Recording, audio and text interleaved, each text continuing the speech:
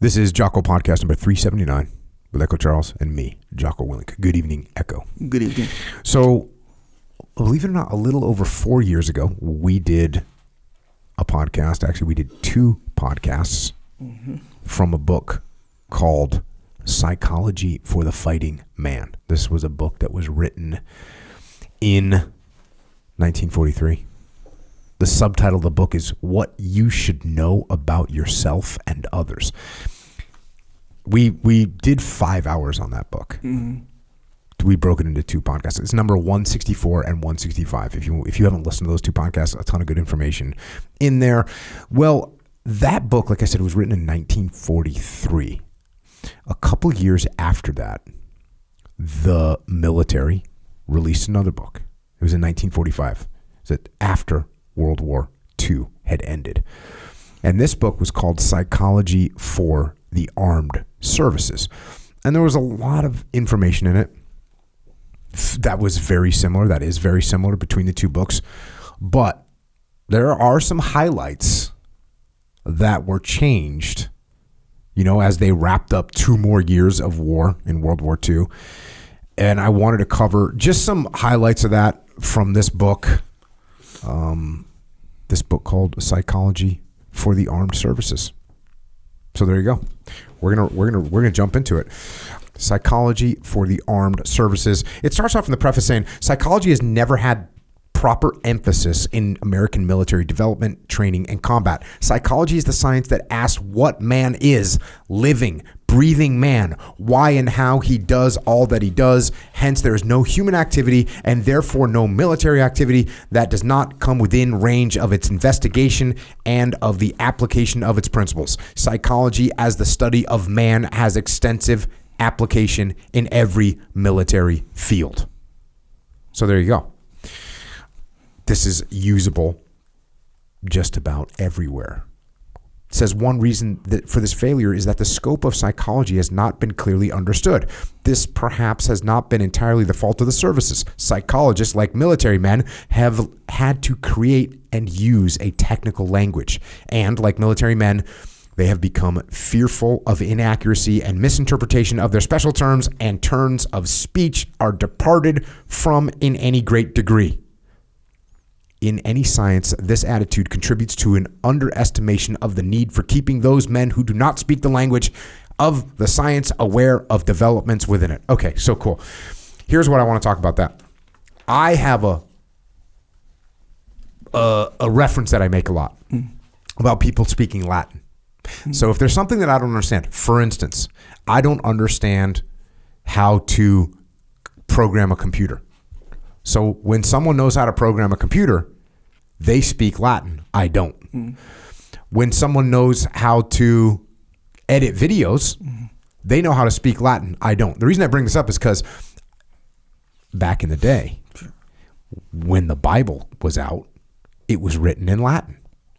And so therefore, the people that spoke Latin translated the Bible for the other people, and they could say it said whatever they wanted it to say. The reason people get caught up in this, when I was a radio man in the SEAL teams, radios, propagation, programming of radios, the cryptological material, all those things were Latin to other people that weren't me.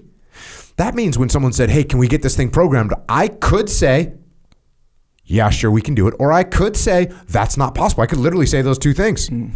So when you're in a leadership position and you don't speak whatever language it is, you better have some good relationships, and you should hopefully investigate that language well enough that you can understand the broad concepts so you can tell if something is true or not. So if I say to Echo, can you do this in the video? Hey, Echo, can you make this can of Go take off like a rocket? Now, if you think that's a dumb idea, you could say, no, actually, we can't do that. And I just have to shrug my shoulders and say, oh, okay. Yeah. So if you think it's a cool idea, you're like, oh yeah, no problem. So you speak Latin, I don't. Yeah. You can interpret the Bible, I can't. You can tell me what the Bible says. Yeah. That's how you end up with the Spanish Inquisition, right? Like people getting tortured to death. So be careful. And that's what they're basically saying here, is that the psychologists get scared of who's going to understand. Is it going to be misinterpreted? And so they just lie. They just don't say anything, which is a problem. Yeah, and it's this might be a broader like way to look at it, but the same exact thing where, if they speak Latin, they have the kind of the luxury or the power to basically look out for their own interests, right? So if you're like your example of me making a video, I think it's dumb, right? That's my interest. Like dumb shouldn't be done, right? It can be done. Now I can just make it look like it can't be done. That's my interest for it not to be done, right? That's my interest. So that like you mentioned you said programming a computer, which I'm not sure if there's such thing as programming. I'm sure there is, but it's like, let's say coding a website or something like this, right? We'll say. Okay, Latin speaker. See what I did there? Anyway, but when I was a kid, it was called computer programming. Okay, oh, yeah, so you want to go back to the '80s with the TRS-80 and a Commodore VIC-20. That was called computer programming. So you want to call it coding now? You want to step up there? Call me a boomer? Yeah, no. Right? Got it. You're actually right. There, of course, there is computer programming for sure. But nonetheless, let's say a website. It's more appropriate for this particular example, in my opinion, given what I know, which is not much, but either way. So website program. Let's say I'm working for you. I'm building a website for you, and you're like, hey, I need this feature. I want it to do this. Now I know how making that. I know the process to that. So I can be like, hey, I can't do it, or that can't be done. That's like, oh, that involves technology that doesn't exist yet, or something like this. Right. Or I could be like, hey, that's like, of course I could do that, but hey, just bear with me. This is going to be a lot of work. And it's going to be expensive. It's kind of costly, but worth it and all this stuff. Meanwhile, all I got to do is freaking go, especially nowadays, I'll go chat GPT and be like, oh, here's my code, 29 seconds and done. And I'm like, hey, that's like, and I'll slow roll it, or whatever. That's me speaking. Me the big dollars. Yep, that's exactly you speaking Latin, right. 100%. Yeah, so I can look out for my own interest. Meanwhile, you're blind to it. Yep. They say that the old, the classic, the mechanic thing. You bring your car to the mechanic. And, you need a thing. Flux capacitors blown. That's going to cost about $2,800. Yeah, but we can get it done for you. Hopefully, bro. It's going to take a while. They're so the ones that are. Because there's varying levels of this, right, in the mechanic shop, right, where they the good ones, well, not good, the bad one, the devious ones, they'll scare you into it. They'll be like, hey, you can let it go. Oh, no, you can let it go. Yeah, like, but I just wouldn't put your family in the car. Yeah, exactly right. It's like, I would just, you could let it go, but you just never know with these things. I'd hate to see, to have you driving down the freeway and this thing go out on you, at 75 miles per hour, like that kind of stuff, Then I say, bring it. Yeah, what is true, bro. So that's the idea. What they were worried about, the psychologists sometimes they want to keep another little job security too, right? Yeah. Like I can analyze what's making this person tick, but why would I tell you? Then you don't have me as the expert. Yeah. What if you could just say, hey, Jocko, if you want your website to do that, you could just click on this thing over here and open this menu and click, open or whatever. Yeah. But instead you're like, oh, I can do it for you. Yeah. Like Facebook, right? Mm-hmm. You get on Facebook, like, hey, Echo, I'd really like to change my profile picture. Yeah. You could be like, okay, you know what? Why don't you send me a picture that you like, and I'll try and get it uploaded in the next few days. Yeah, you could just tell me, hey, there's a screen on the, a menu on the lower right. Click upload file, and you can do it. But you don't want to tell me that because you want that job security all day. Yeah. So there you go. All right. They got some reasons why this happened. One of the reasons the psychology has not been fostered within the armed services between the Great Wars has been lack of books through which the military man might gain a clear idea of the manner in which principles of psychology apply to everything he does. They just got some reasons. And then they talk about that book that I talked about earlier. Not until 1943 was any book written which endeavored to outline in ordinary language what the whole body of psychological knowledge held for the military man. And by the way, when I'm talking about the military man, I'm talking about men, women, people, human beings. Yes, they're putting it into a military context, but the reason that we talk about these things is because it transfers into all aspects of business and life. This book was Psychology for the Fighting Man, of which several 100,000 copies have been used in the armed services. Such a book would have been of great value throughout the years of peace, but it was a development that did not come until war had reawakened military men to the need for it and psychologists to the desirability of helping with such a project. So, again, we covered that book on podcast 164, 165. And then it talks about this book, and this book is going to make you a little bit nervous because it's going to basically say we're writing in Latin. Listen to this. The present book, which is the book we're covering today, Psychology for the Armed Services arose from the first book, which contained a minimum of technical explanation. Psychology for the Armed Services is intended as a textbook written on the college level, but also a book in which the military and naval applications of psychological principles and the basic principles themselves are more fully developed than in the earlier work. Now, I have both these books. They're actually not as different as this homeboy makes it out to sound. This guy, Joseph I. Green, who's a colonel in the infantry. Send it, infantry. But, and as I looked through to find some of the differences, there was a lot. There was more similarities, way more similarities than there was differences. Some of the topics covered in this book, in this book that we're talking about right now, which is called The Psychology for the Armed Services, the book that we're covering right now, here's the contents of it. There's the use of psychology in war. There's the eye as a military instrument. I was thinking I'm going to get that to Huberman. He'll be interested in that. It goes in, there's 40 or 50 pages, I guess 40 pages of the eye as a military instrument, the eye as a camera, visual acuity, glare, visual fatigue, got all these things, visual adaptation and night vision, color and camouflage. All that stuff is about sight. So it's literally talking about these things. And we covered some of those in the first podcast. We're not going to cover them today. Then it goes into the ear as a military instrument, the nature of hearing, the physiology of hearing. Then it goes to smell in war. Again, this probably you weren't predicting these, right? No. Equilibrium and bodily orientation, topographical orientation. It's talking about how your mind works to remember maps and mental map making and things like that. Efficiency and fatigue. Again, we covered a bunch of these already, and they're not that much different in this book. In fact, I would venture to say the other book is the book Psychology for the Fighting Man, which is written in a little less Latin and a little more English, is a little better. Efficiency and fatigue, physical conditions of efficiency. There's a whole section in here called the selection of men.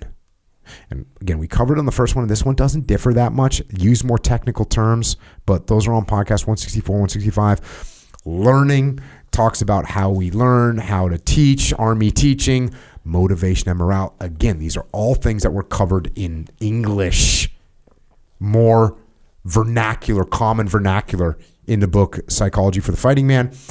Personal adjustment, fear, and anger. There's a section here about emotion. Now, we are going to touch on that one because that one is a little bit, there's some important points that I wanted to either rehash or show the differences between. There's a thing about sex, which I was kind of like, well, how does that fit in? And then you start reading it. It's like, oh, you've got 3,000, 5,000, or 10,000 men with no women around.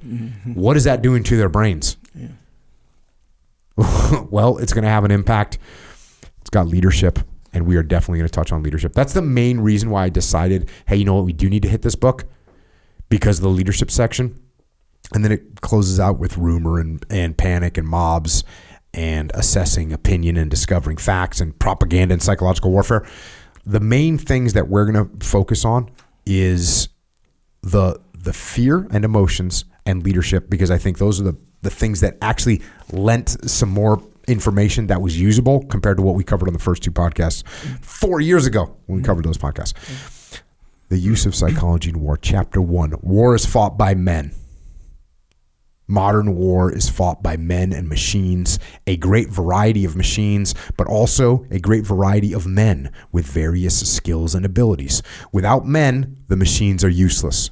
Without the special skills and abilities of men for operating the machines and for performing all the other complex operations of war, the armed forces would be helpless. In other words, the Army and Navy, in a very serious and specific manner, have to take account of human nature. So no matter what you're doing, you have to account for human nature. And you get into a situation where you've got a bunch of machines, but you don't have people that can operate those machines, and you don't account for what that does to them and how that machine impacts them. You're going to end up in a situation where things don't go the way you want them to go. So we have to understand the psychology. We have to understand human nature. It goes on. In a way, a man is himself a machine. That is to say, he is a complex organism with certain properties, capacities, and abilities. Some of his abilities, as well as some of his deficiencies, he has inherited. For instance, no man can see as well in the dark as in daylight, and every man who sees at all can see better at night after he has remained some time in the dark. This human ability and limitation, this property of the seeing eye, is inherited. Training alters the capacity only a little. There are, however, great differences in sensitivity among men. Some have much better night vision than others and should, therefore, be the ones selected for making observations at night.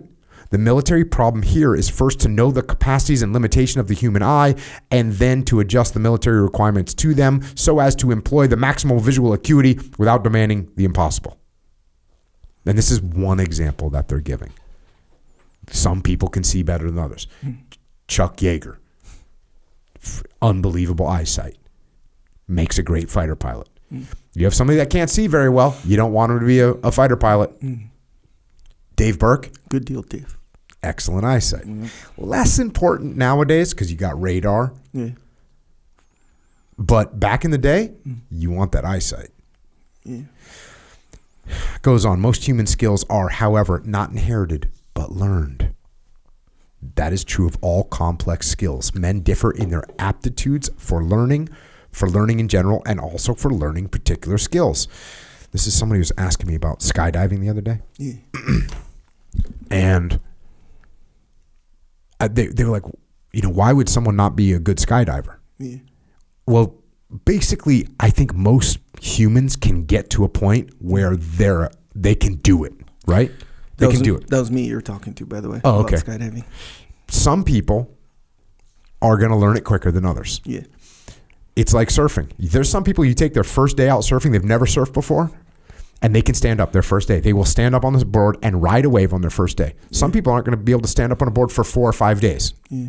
Almost everyone after 4 or 5 days is going to be able to stand up and ride a wave to the beach. Yeah. I don't know why that is. It's like in basic SEAL training. There's going to be some things. Let's say when you're out on San Clemente Island, you're going through the land warfare block of training. Yeah. You've got to shoot a certain qualification with a rifle. You've got to shoot a certain score on targets with a pistol and a rifle. Yeah. Out of every 100 guys that go out there, there's going to be one of them that just it's going to take them another shot. Like they're going to get rolled back. Yeah. Out of every 100. Maybe it's 3 out of every 100. Maybe it's 7. I don't know the numbers. Yeah. I'm sure the BUDS instructors could tell you, hey, it's probably this, whatever, 4%. Yeah. But there are going to be some people that just they're not going to be good at it. Yeah. And very few people will actually get dropped from training because they couldn't fire a pistol and a rifle and get the required score after 2 classes. I would say that number's got to be absolutely tiny. But there are going to be some people that are going to basically take longer to learn. Yeah.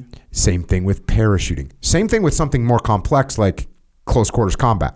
Yeah. There's a certain standard you have to get to when you're going through that, what's now called SQT, SEAL qualification training. You got to get a certain level. You can't make mistakes. You can only make, 3 mistakes or whatever the number is. They have a way of grading it. Yeah. More people, there's probably 7 people out of 100 that are, or 3 people out of 100. I don't know what the number is, but what I'm trying to say is there's some people, it's going to take them longer to learn it. Yeah. Occasionally, someone's not going to be able to learn it. Occasionally, someone's not going to be able to learn it. So we have to take that into account, and that's exactly what they're saying here, is that you've got to, and it goes into here, we take into account 2 factors: the different skills that men already have acquired and the different capacities they have for acquiring a particular skill quickly. Because there's some people that they were already parachute qualified, like they were a free fall guy. Yeah. They're not going to have any trouble. Now they might have been not a naturally gifted free faller, but they've got 280 jumps when they show up to BUDS. Yeah. They're going to get to free. There's going to be no problem for them. They've already done it before. Yeah, I remember when I asked that, because parachuting, free fall, skydiving, that stuff is since that's real foreign to me, flying through the air and being good at it. and then maneuvering like any kind of parachute equipment, and that's not obvious what kind of traits you need to have or not have to be good at that. I don't even know what good looks like. I know what bad looks like, but I don't even. So it's like, oh, what makes you good? Whatever. Like, in certain other, like surfing, for example, you get a kid who has good balance, because you can see kids like, this kid has good balance. This kid inherited ability of balance, right? Yeah, exactly. That's what we're talking about. Yeah, it's real obvious. Even if you don't surf, you're like, okay, if you have good balance, that's going to help you in surfing or snowboarding. As the case may or may not be. But skydiving is like, bro, you don't need balance. Well, when you look at someone skydiving, it doesn't intuitively hit you like, oh, you need balance for that. Even though you probably, I don't know, I'm assuming you probably do need some kind of balance. No, you don't need balance. Oh, yeah. That's what makes skydiving a weird example. Yeah. Because there's this, I think it's proprioception and then very rapid learning. Because you have to learn that, when I move my arm like this, it makes me go over there. When I move my other arm like this, it makes me go over there. So you're learning very rapidly how your body is reacting to what your body is doing. Yeah. And therefore, if you have that ability to do that, you'll get good at it quickly. Yeah. If you don't, there's a weird instinct when it comes to free falling.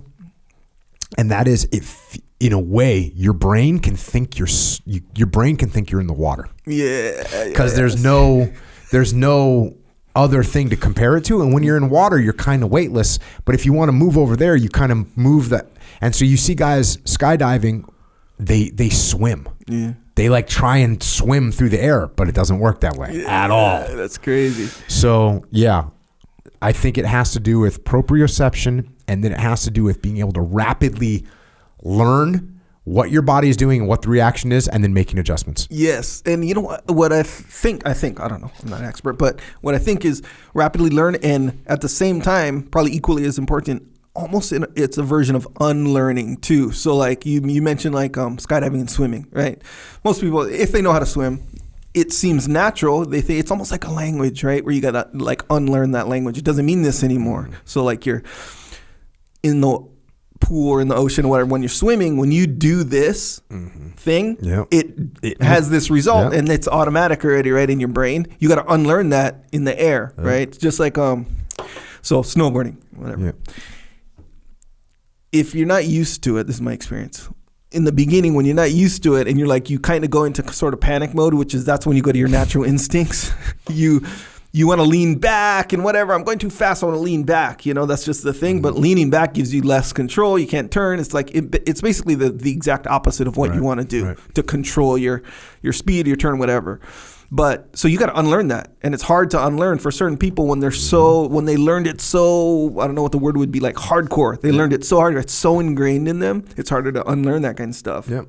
So it's harder to learn the new stuff you got to learn. You see what I'm saying? And different people will be at different capacities across the spectrum of what we're talking about. Some people, they feel that almost immediately, like, I got to lean forward. Yeah. And all of a sudden they're good to go. Yeah. Some people, they just can't. They have a different capacity for learning. Yeah. And by the way, that capacity for learning in this particular case has nothing to do with your intellectual capacity, because there's smart people that are sky trash when it comes to skydiving, right? Sky trash, sure. Or they're terrible doing CQC. They're the smartest person with the highest ASVAB score, meaning they have the highest capacity for intellectual learning, and they're a train wreck in the house, or they're a train wreck in the sky. Like this happens. So there's this, and it talks about this. I don't know how much we're going to cover this, but in the Selection of Men in the other book in Psychology for Fighting Man, it's like you could take the most, let's say the person with the highest intellectual capacity, and he's going to be terrible at some jobs. For instance, jobs that don't require a lot of intellectual thought. Yeah. They're going to get bored. They're not going to care. They're going to look for shortcuts. Like that's a real problem. And then you take someone that doesn't have a high intellectual capacity. They might be good at this particular job, but you put them in the job that requires a high intellectual capacity, and they're going to have problems. Yeah, that's such a genius yet simple way to put it, which, to be honest with you, never really thought of it in these exact terms, where if you're good at something, whether it be like anything requiring intellectual ability, smarts, whatever the word is, whatever the quality is. If you put them in a job that doesn't require that, they might not be that good at it. Regardless, they might be terrible at it. Yeah, so it's one of it's actually a fallacy. It's a cognitive bias. I forget you actually mentioned it a few weeks ago. It's where I think it's a form of anchoring, or no, it's like the halo effect. I think halo effect. Yeah, where like they're good at this. So they're good at this guy has a Princeton master's degree, whatever. So of course he's going to be good at everything. When it's like, bro, that's not true. No. He's good at getting Princeton degrees in that subject. You know. And what's really crazy is you take a guy that went to an Ivy League school who had a perfect SAT score, and you put him in a SEAL platoon. He doesn't know how to interact with other people. He doesn't have good emotional IQ, right? Mm-hmm. And so he's a disaster. You know, there was a while when they were recruiting a bunch of these Ivy League guys for the SEAL teams. This was in the 90s. Mm-hmm. And they realized after a little while, we're not getting what we want. We're getting some of what we want. Some of the guys are fantastic. We have some Ivy League officers that were great officers. We also had some Ivy League officers that were disasters. And they realized they were looking for the wrong thing. Yeah. They were looking for, we'll just grade them halo effect. Oh, this person went to Harvard and got a great SAT score. They must be smart. They're going to be a great SEAL platoon leader. Nope. Doesn't work that way. Yeah. Sorry. And look, they can be great. Yeah. But it's not necessarily, and there's a decent chance that they're not good. So you got to pay attention to these things. This is the use of psychology in war and life. Goes on here to say, since you cannot create new men for war, you have to adapt the men already available. Thus, it comes about that the great task of creating new forces is principally a matter of selection and training. It is necessary to choose men who already have the needed skill or else to train them. Actually, the armed forces do both. If a civilian skill like typewriting is also a military skill, men who already have that ability. Typists can easily be selected. If there's not enough, you can train them. That's basically what it says there. Then it says, it's basically, this is what we were just talking about. For training, there are differences of aptitude among men. A mentally deficient man, although perhaps bright enough for a number of tasks necessary in the armed forces, could never learn code fast enough to make training him worthwhile. Many bright men, moreover, lack code aptitude and should not be trained when more apt men are available. Psychological tests can determine what capacity a man has for learning a wide variety of tasks for learning code in particular. Selection and training go hand in hand. This is, I think this is talking about Morse code. Now, I had to learn Morse code. And again, what's interesting about learning Morse code was we had to learn to send and receive Morse code. And I forget the numbers, but there was a qualification we had to get in order to pass the radioman school that I went to for being a SEAL radioman, RTO. And some guys, dude, they freaking struggled. They struggled with it. So I think everyone ended up passing, but some guys barely passed. I think they got a little extra love from the freaking chief that was running the course. Like, all right, dude, you're close enough. If we have a thermonuclear war and the only way to transmit communication is through HF, Morse code, you're going to die. But other than that, you'll be all right. But it's interesting. In some of the guys were just like there was no one that was some brilliant guy that, this is easy. Some of the smart guys had a hard time. Some of the guys that were kind of rocks were like, this is easy. You know what I'm saying? Like they just happen to have, it's like tonal languages. Do you know what those are? Yes. And actually I was going to say like pretty much any language scenario, like if you have exposure to, let's say 3 different languages, you don't necessarily have to talk them, but you have exposure to them constantly or whatever.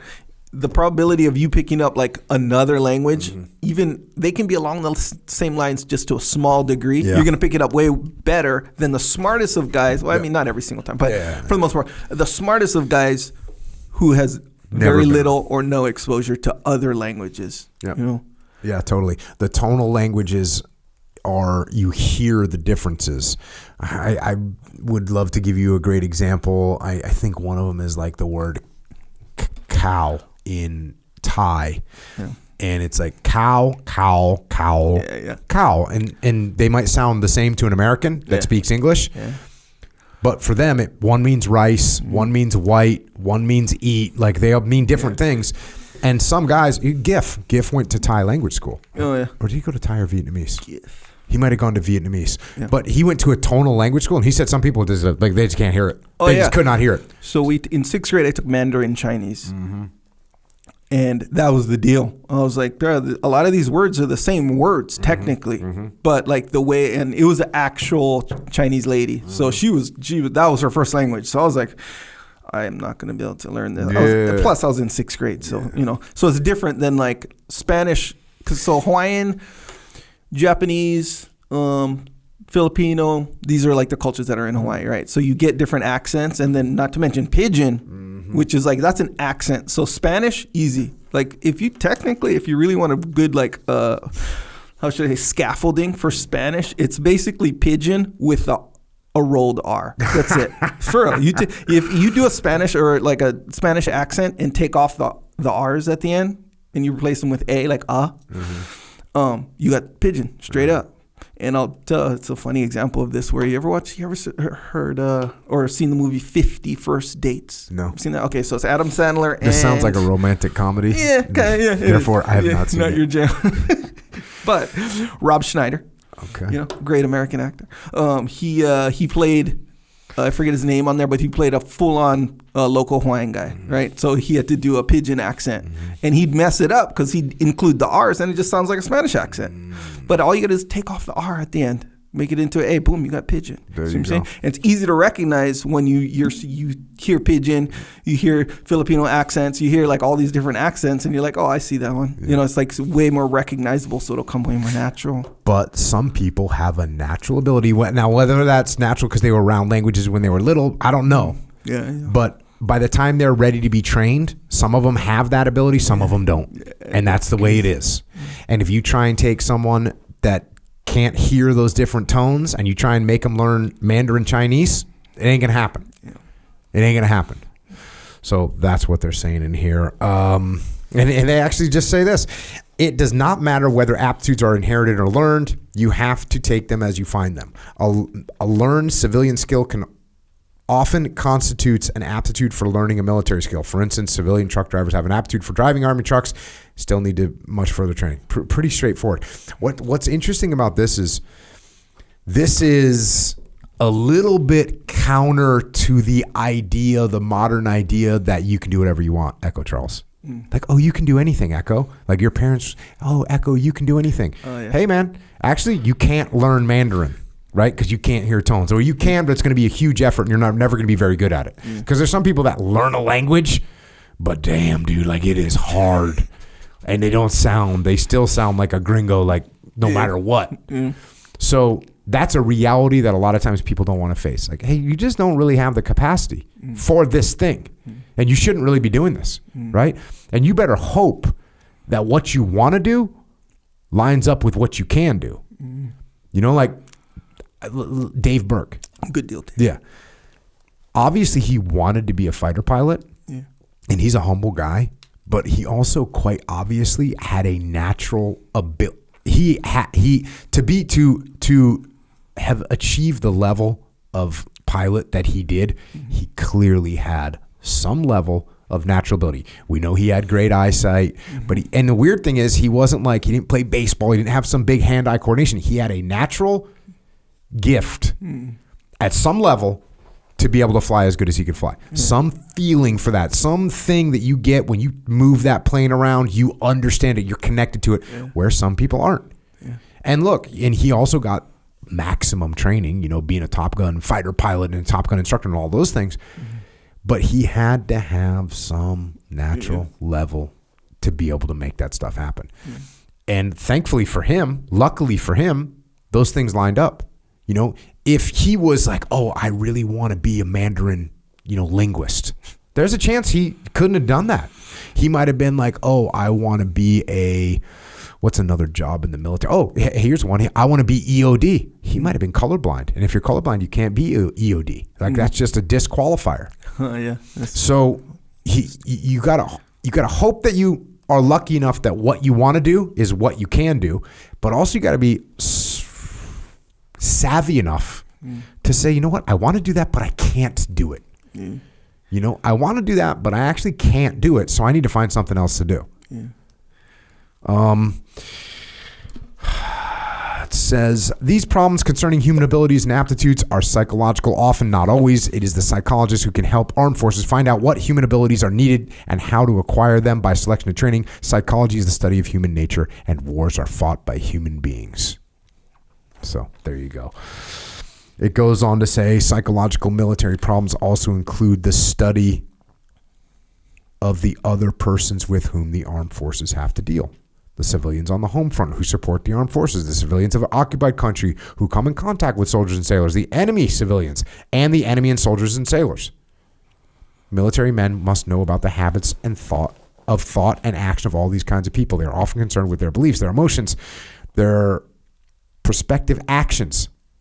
The leaders use various means for assessing opinions of such social groups, and then knowing how these groups are thinking and feeling, they may try to alter their opinions using psychological warfare. There's all kinds of things that are psychological or psychology is used for in war.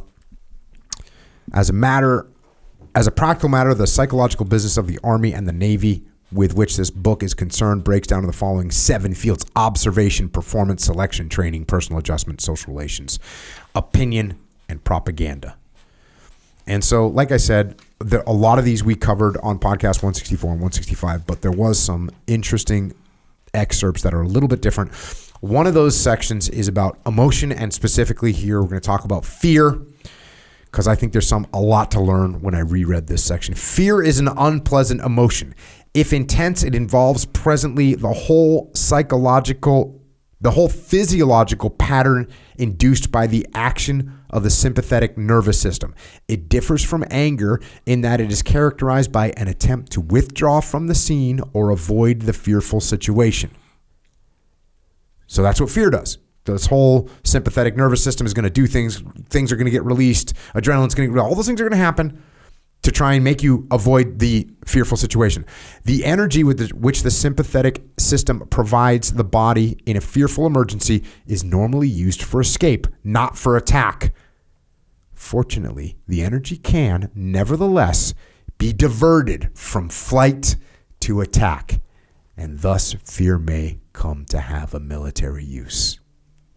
So you may feel fear, and you can change that fear from making you want to run. You can utilize that energy. You can utilize anger. You can utilize frustration. You can actually utilize these emotions as long as you control your emotions, as long as you understand what's happening. It says fear thrives on frustration. It persists and grows when danger impends, especially if there's nothing the fearful man can do to lessen the threat against him. Action, on the other hand, always lessens or may even abolish fear, resolving the frustration and eliminating it. Now, this is why you get freaking guys in World War I getting shell shock, because there's nothing you can do about it. You're sitting in a trench waiting to die. Like, at least when you charge, you're charging, but sitting, that's why it's called shell shock. It wasn't called attack shock, because when you're attacking, you feel better. When you're sitting in a trench waiting to die, waiting to have a freaking giant shell land on your spot and get blown to smithereens like all of your friends have been, and there's nothing you can do about it. The soldier who transforms fear into escape, rushing headlong through the woods, over fences, and across gullies, is usually too busy to feel afraid anymore. Others will describe him as afraid, but the emotion that started his action, the gnawing, haunting, sickening dread, will itself very likely be gone. It may come again if he is stopped by an obstacle or a command, being forced to wait inactive for danger to come to him. So you get that fear comes up. Once it's going, once you're taking action, it's kind of gone. People tell you that fear and anger are sometimes mixed. It seems much more likely that what happens is the fearful man at bay turns on his enemy to attack him, just as the fearful animal attacks when cornered. The man who is attacking, whether he be grappling with another man with his life as the prize, salute, or shooting from a foxhole as the enemy comes across the clearing, is working his sympathetic system for all it is worth, but not any longer feeling very much afraid. He is much too busy. That's funny. When we had Mike Thornton on, and I asked him, he's running across to get his shot platoon leader. There's just total mayhem going on. Mike Thornton, Medal of Honor recipient, SEAL Team 1.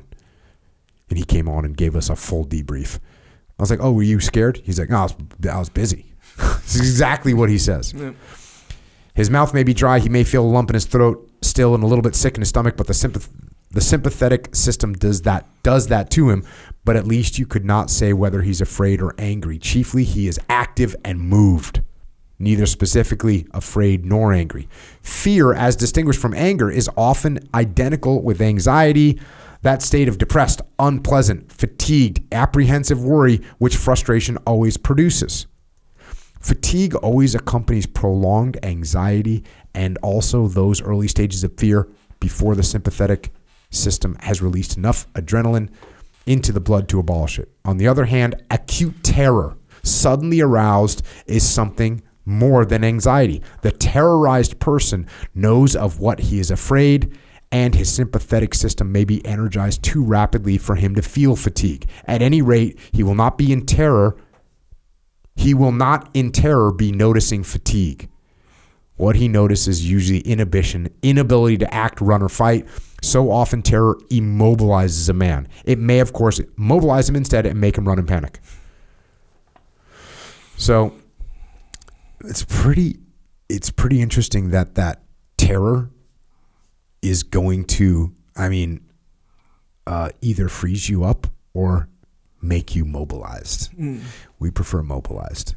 This is fight, flight, or freeze. Remember? Yeah. I don't know. If I remember it used to be fight or flight, and at some point someone added freeze. Yeah. And I've seen guys freeze. Yeah. I've seen guys fight. I've seen some flight. Can get a little bit crazy. Mm-hmm. The characteristics of fear are then unpleasantness, fatigue, and the desire to escape, a state of mind that ends ordinarily in getting the sympathetic system to work, and sometimes in vigorous action, which replaces the fear. The action of attack or escape, or of doing something else, either about the danger or about something that is important. A man may forget his fear when he suddenly has his wounded comrade to attend to. Forget fear through his danger though his danger is not diminished. So this is again action, taking action. I said this on the Huberman when I was on Huberman's podcast. I was like, "Oh, you're hesitant, you're scared. Like action is the solution." Here you go. The Army, using its excellent questionnaire method. That's an exact quote, and I don't know if someone was just kissing ass to the person that wrote this or whatever. But it says the Army, using its excellent questionnaire method, has collected from combat troops a list of their felt symptoms of fear. Here is what the list with the frequencies with which the symptoms were reported. The reason I wanted to go over this is because I always talk about detaching, and I talk about knowing what your red flags are, meaning how do you know when you need to detach? And I always talk about, hey, you start to raise your voice because you're getting mad. You start to clench your fists because you're getting mad. You start to get red in the face because you're getting mad. You start to breathe harder because you're getting mad. So all those things are good to identify so that you can recognize that you're starting to lose your temper or get emotional. It says here, violent pounding of the heart, 86%. Sinking feeling in the stomach, 75%. Feeling sick in the stomach, 59%. Trembling and shaking, 56%. Cold sweat, 55%. Tense feeling in the stomach, 53%. Feeling of weakness and faintness, 51%. Vomiting, 24%. Losing control of bowels, 10%. Urinating in the pants, 10%. What does the percentages represent? How often people reported this. Oh, damn. Or the frequencies with which the symptoms were reported. So 10% of people said they pissed their pants. 10% of people said they shit their pants. 24% of people said they threw up. We used to catch a lot of guys, like insurgents or terrorists, when we would hit their houses at 2 o'clock in the morning. I would say there was more than 10% of people that pissed themselves. Maybe, but not that much. But it was pretty normal that a guy shit himself or he pissed himself. Like some Mujahideen fighter, you blast their door off their house, they're pissing their pants. That's crazy. It was always kind of nasty to deal with. But that makes sense. Yeah.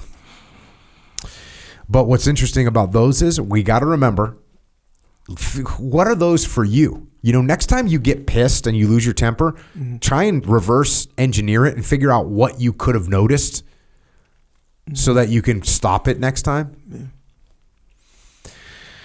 Yeah. Says here,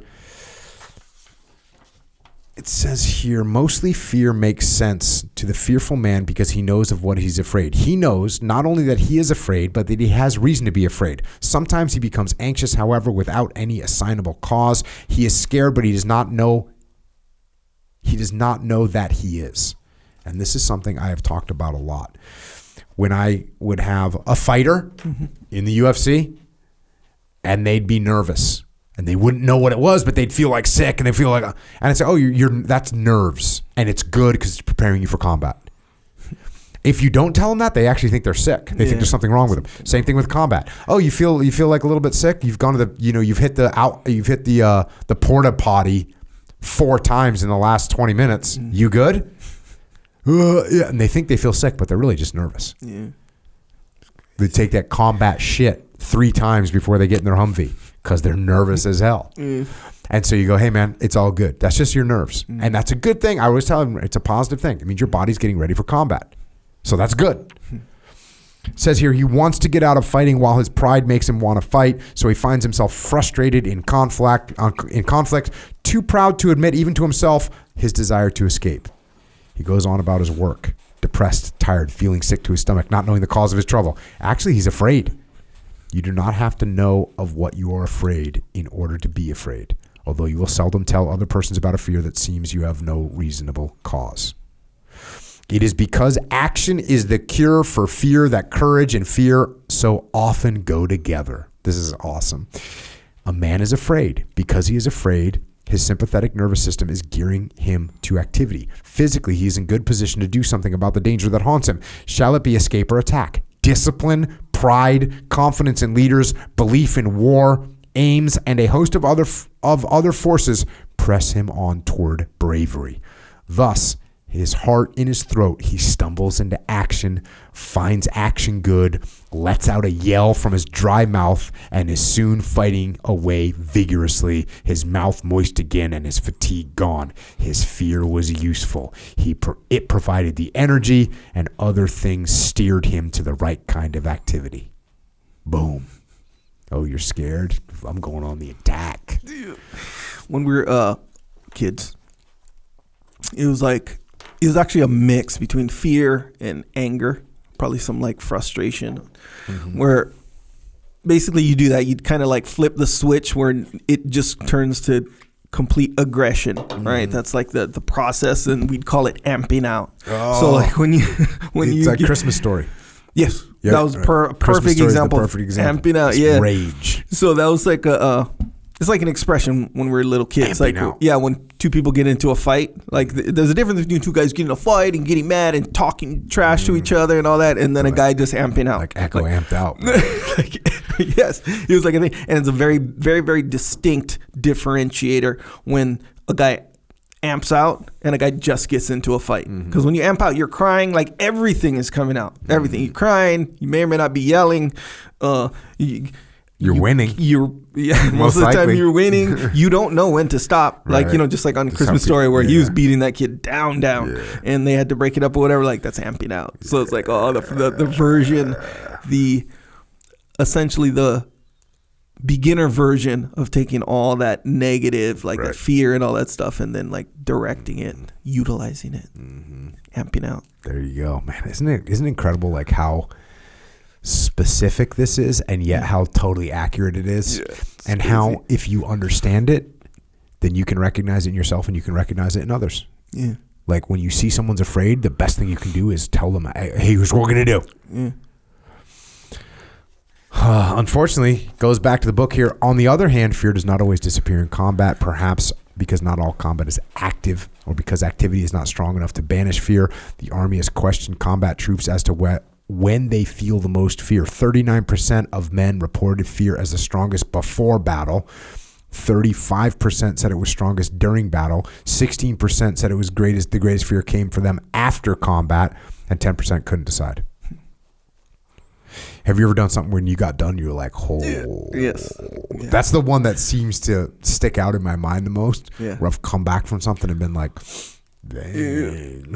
Yeah. You ever been in, because the time, or one of the times that sticks out the most to me is I was at Waimea, North Shore, Oahu. Damn. And it was a big day. It was a huge day. And I went out, whatever. I grew up in the... No, Sponging or body surfing. surfing? Yeah, Sure. yeah. No.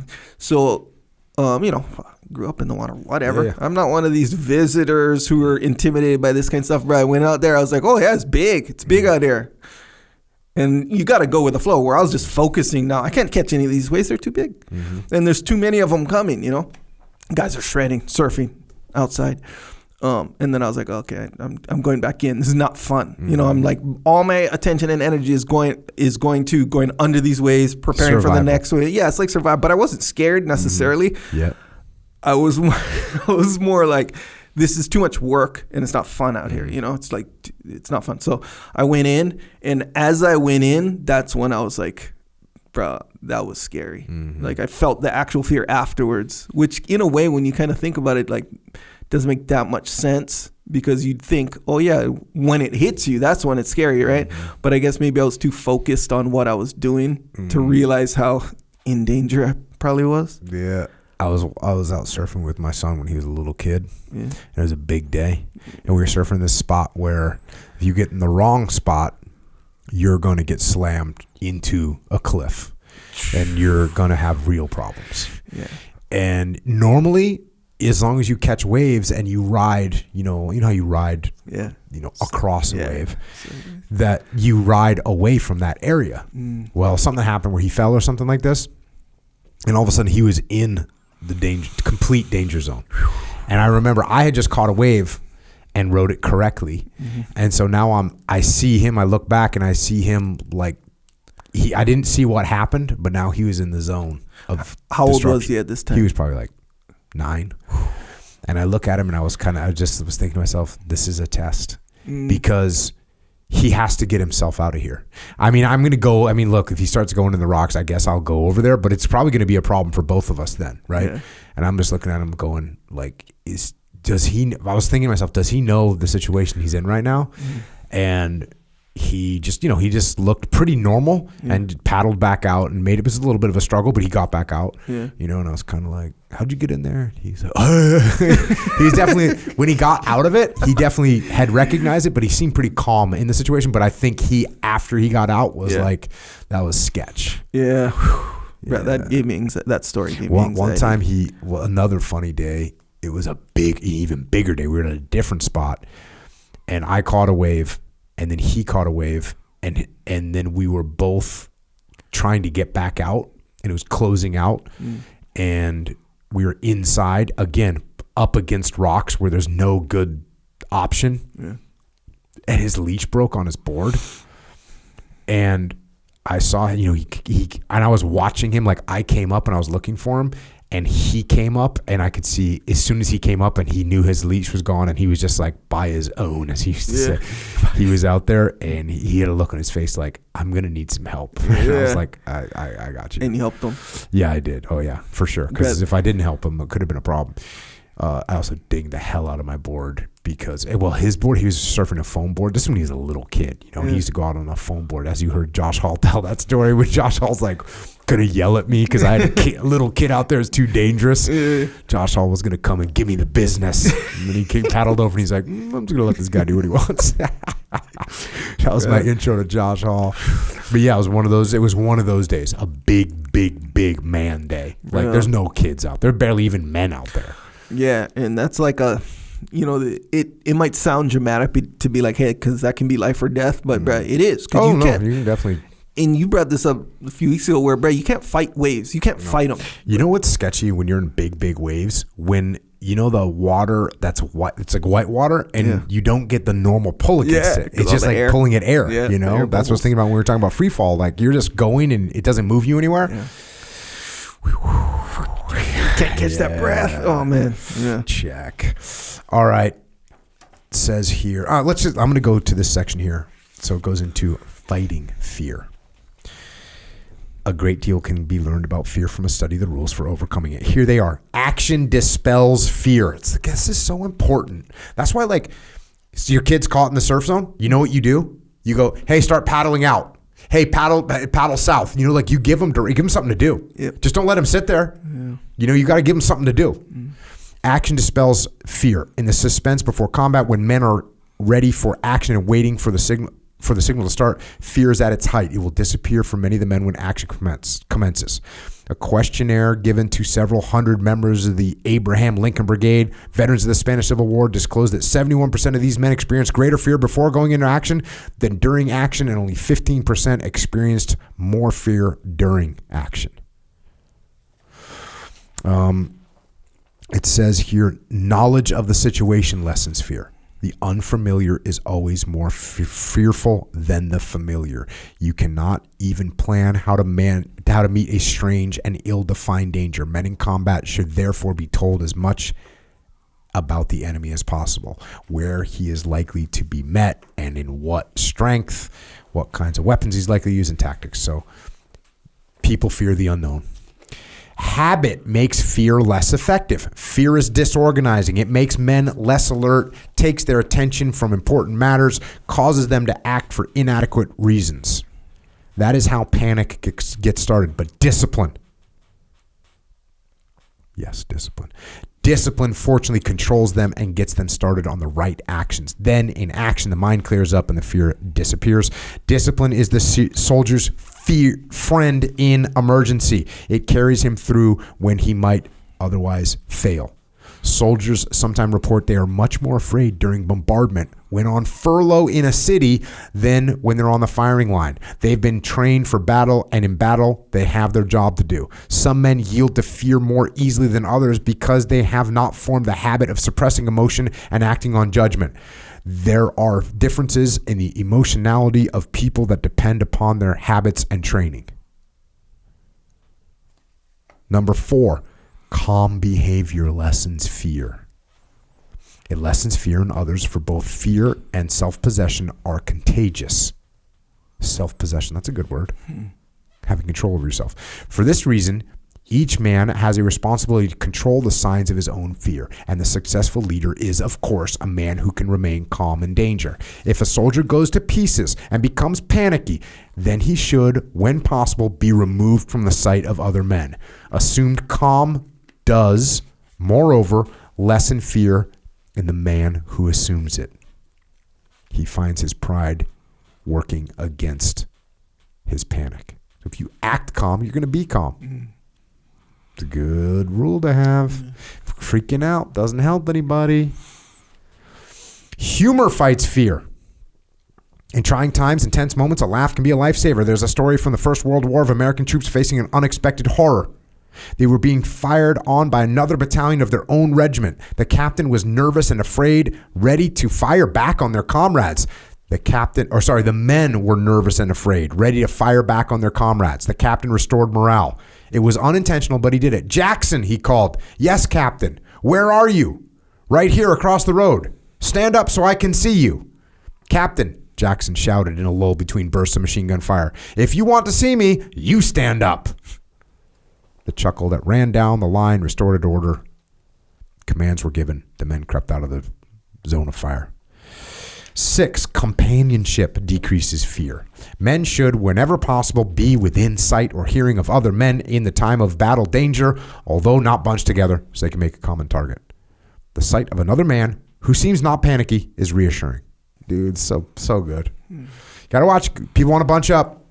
I wrote about that in Leadership Strategy and Tactics. Don't bunch up. We used to say that all the time in urban combat training, in land warfare training, on the battlefield. Don't bunch up. You have to say that over and over because people want to get close to you. People want to get close to each other. There's like a little feeling of comfort. You got to be like, dude, back off. Knowledge of statistics helps fear. Even when casualties are heavy, comparatively few men are killed. The chances that any one man will be mortally wounded in any one battle are small.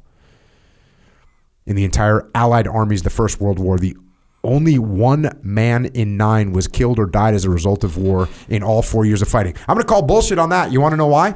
Because most people weren't on the front lines fighting. That's what we learned from the book I Remember the Last War.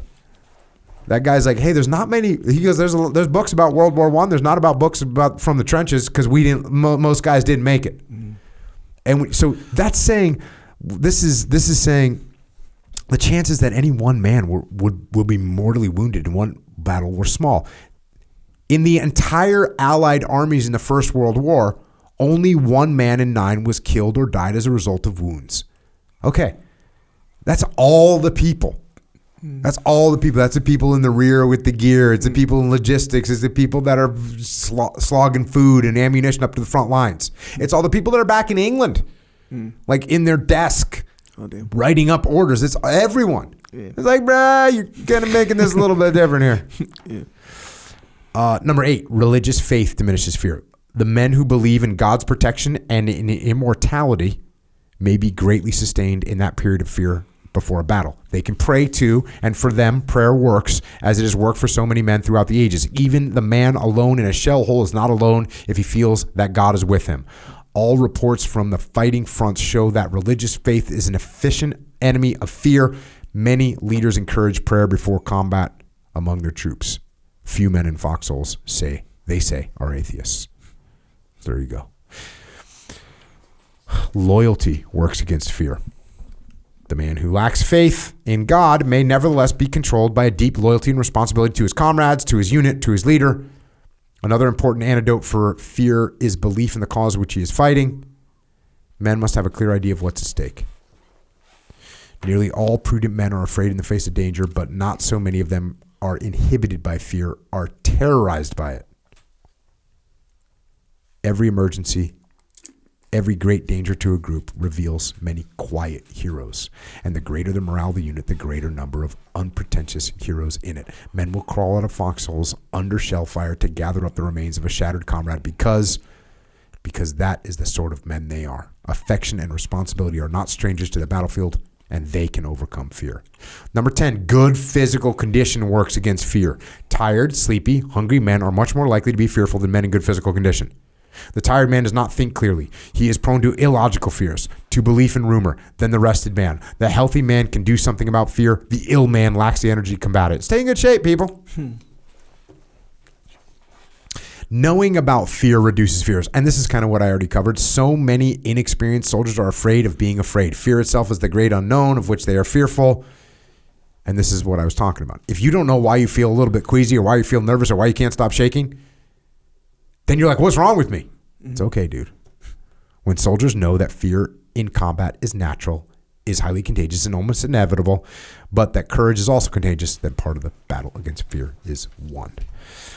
Now it goes into a section about anger. And again, I just want to hit this really quickly because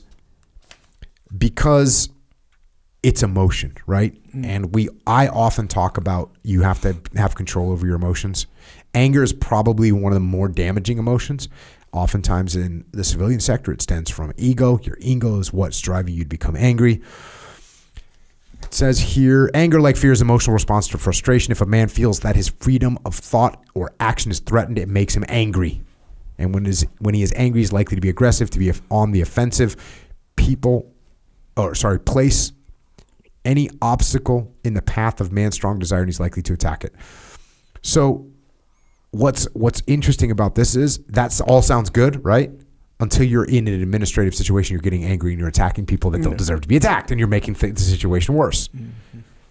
Fear and anger often blend. Apparent fear may mask anger, especially when fear is strong. The child may resent the order the bully has given him, but is afraid to say so, afraid to rebel. Pale and trembling, he carries out the order when he would really like to knock the bully down. Or apparent anger may mask fear. The commanding officer, worried about the turn in battle, afraid that the enemy will overpower his men, may bark orders, threaten, insult, and otherwise offend the men. He covers his own fears by authoritativeness, seldom realizing that he is doing so. Such a good little point.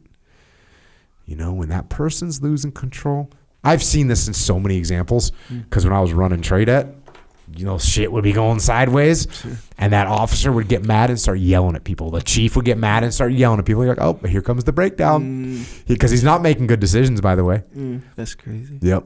Did you see people yell in the nightclub industry occasionally?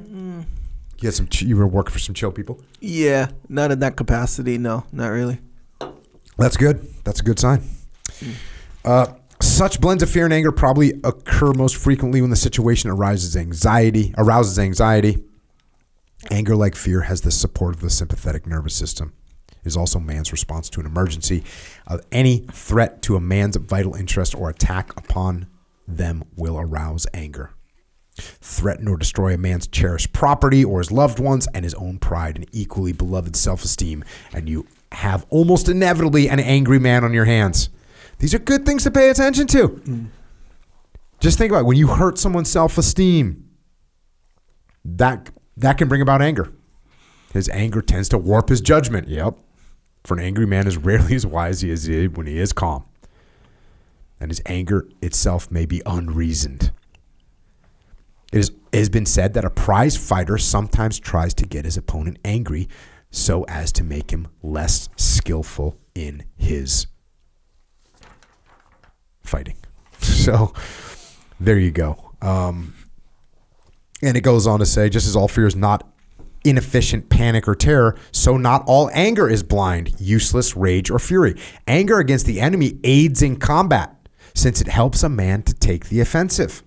Yet it is surprising how little soldier feels anger after the intense activity of combat has begun.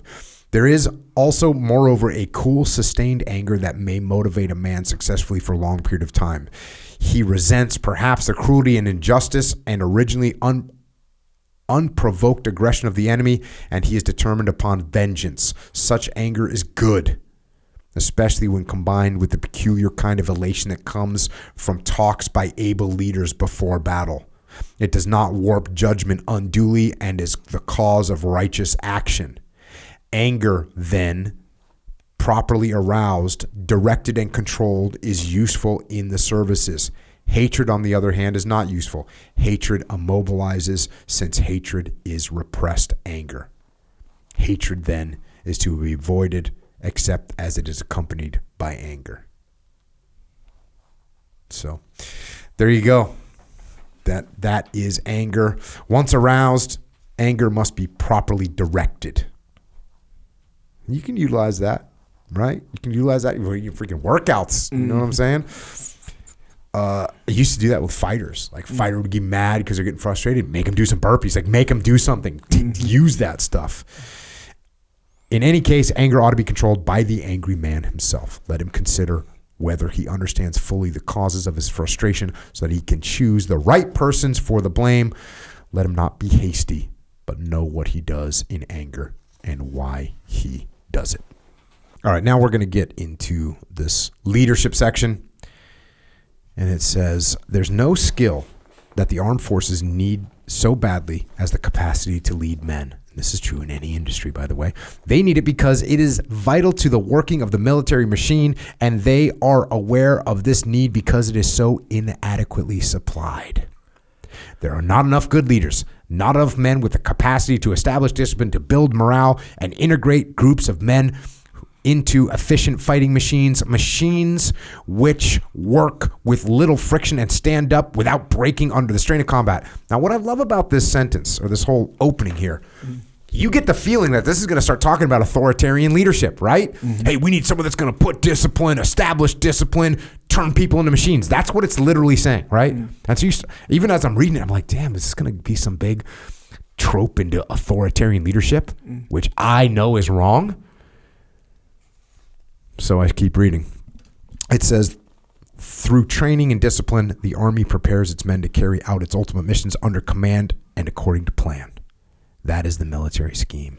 Plans can be executed by command only because there is discipline. Most persons think that commands are enforced by authority.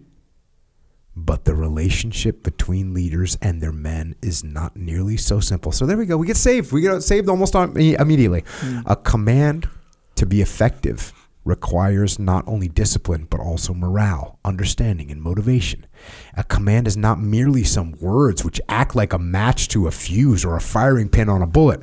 Command, effective command, means that the men who receive it understand it, trust it, and obey, having been trained by leaders to understand, to trust, and obey. Leaders have to do much more than issue orders. They must teach. They must inspire confidence in themselves. They must motivate action which will be carried out in spite of confusion and fear. Only by long, careful training can men learn to respond immediately and correctly to oral and written orders and oral commands. And only by long, careful training can men be trained to assume responsibilities of giving the orders and commands. Now we're getting close there. You know, it still talks a lot about obedience and following commands. And again, you're going to see that even though it's saying that, it starts to shed light. It starts to indicate that that's not really what it's about. Command is like a motor nervous system for the Army and the Navy. And by the way, they keep using just the Army and the Navy. That's because the Navy is the Marine Corps is a department of the Navy. And at this time, the Air Force was the Army Air Corps. So that's why they just start talking about the Army and the Navy. As the nervous system carries action all the way down from the brain through the lower nerve centers to the muscles, so command proceeds from the commander-in-chief through the succession of commanding officers down to the soldiers and sailors who finally execute the actions. Since successful command depends on good leadership, it is equally true that leadership also goes all the way down through the line, through the COs and NCOs. Every man from the corporal up is a leader, and all the other men are at least potential corporals. Followership is important too. And what it leaves out in that whole section right there is that leadership is not just down. Leadership is up too, which means I have to take input from the people on the front lines. I have to know what's happening. I have to understand what's working. They have to be able to pass that information back to me like the central nervous system. Let's face it, how much of your nerves are outgoing from your brain? Quite a lot of them are. But what about when you touch a hot stove? What about when you get cold? What about when you feel pain because you're getting arm locked? Right? Those things are incoming nerves. What about when it's light out? Those things are incoming. So this is like talking about, this is only talking about one way that the nerves go. In reality, they go both directions. And the more, going back to like the free fall example, the more sensitive you are to how these actions that you're commanding, what reactions those things cause, is the better you're going to be able to lead. So we're getting a little bit, where I think they kind of have ideas of what they're trying to say, but I don't think they're already there. I don't think they're fully developed. I think they miss some of these important links here. And that's actually a huge point, and especially that comparison, that analogy, right? The nervous system, where you're like, hey, your nervous system, sure, you're sending signals, sure, but you're getting inputs. And when you think about it, technically, you're probably getting just as many, literally not like 1-to-1, as many signals back as you are sending out. Because every step you take, you land on something. Like if you land on something soft, hard, slippery. Like that's all input coming back. Yeah, even when I contract my arm on a curl, when I get to the top, it has to tell me that I made it to the top and now I need to stop. The whole deal. Everything. Yeah. And so leadership is like a central nervous system, but the central nervous system goes more than just one way. Yeah. And that's even and we'll bring it down kind of to the ground level in a way where, like, let's say your relationship with your friend or your wife, we'll say, how they say, and of course this is nothing new, where it's like communication is key or whatever. When we think about it, that's not just some trope, something that you say to sound good or whatever. It's true. Like the more that what you put out, you listen back. It's like you go back and forth. Bro, the problem solving capability that can be developed through that kind of like honest, open communication back and forth. And thinking about it in terms of that, just what you said, where the nervous system is sending signals and it's receiving signals as well. Equally as important. Yes, totally. And that's why if you have, let's say in this case, husband and wife, and they don't talk, something comes up and they don't talk about it. Oh, yeah. And now, guess what? It gets worse and it festers, and now they have a real problem. Maybe they end up getting divorced. Now, you might say, well, yeah, but you might argue about it. Hold on. Not if I'm talking to my wife and I actually listen to what she's saying. Exactly right. That's where everything falls apart. She's talking to me, but I'm not listening, and I'm just yelling back at her, and now we're yelling at each other. Now we have a problem. Exactly. We're not absorbing the information that's coming back in our direction. Yeah. And it's especially when you think of it in terms of the maximum amount of effective communication that you can possibly send and receive, right? Where even the smallest of problems that come up, if one guy explains one person explains where they were coming from and maybe what expectations they had or whatever, then the other person just explains, this is before any fight, because there's no reason to fight right now. It's a teeny tiny problem. And then they say their part open and honestly, because they're not hostile at this point. They're like, well, I felt this. And this person's listening to that as they're, so now this person understands, this person understands completely, just understands, like, okay, I see that, I understand, and it makes sense, kind of thing. But let's say one person be's quiet and just whatever, doesn't say anything, whatever, and that happens. Now we have this little problem that's so easily solvable. All you gotta look, little things are easy to understand typically, but now you got a little thing that turned into, you think it's a bit, it feels like a big thing, but this is kind of really what it is. It's a bunch of little things that equal a big thing. Yeah.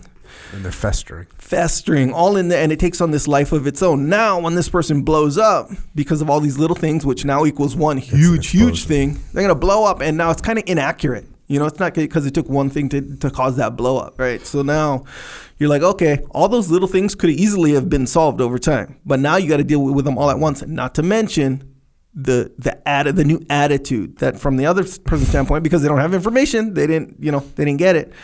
Seems like real unnecessary, real mean, real this, real that, So now you have that huge problem. Yep. Didn't have to be like that. No. Both directions. That communication's got to go. Going on here, followership is important too. All leaders, as well as the privates, have to be led by leaders, but the dearth of followers is not so great as the dearth of leaders. Nevertheless, followership is also an art and has got to be trained. The development of morale in a unit is largely the training of followers. When I first saw that, I was like, oh, they're going to talk about how a leader has to be a follower too. They didn't get there. They didn't say that. Mm-hmm. They just talk about, hey, people got to follow. You got to train them to follow. Don't really love that. When you come right down to the bottom of the matter, leadership and followership are complementary. Now we get a little bit more. The men with good morale accept leadership and make it effective. The leader, on the other hand, has not only to give effective direction to morale, but he is also the most potent influence in building up morale.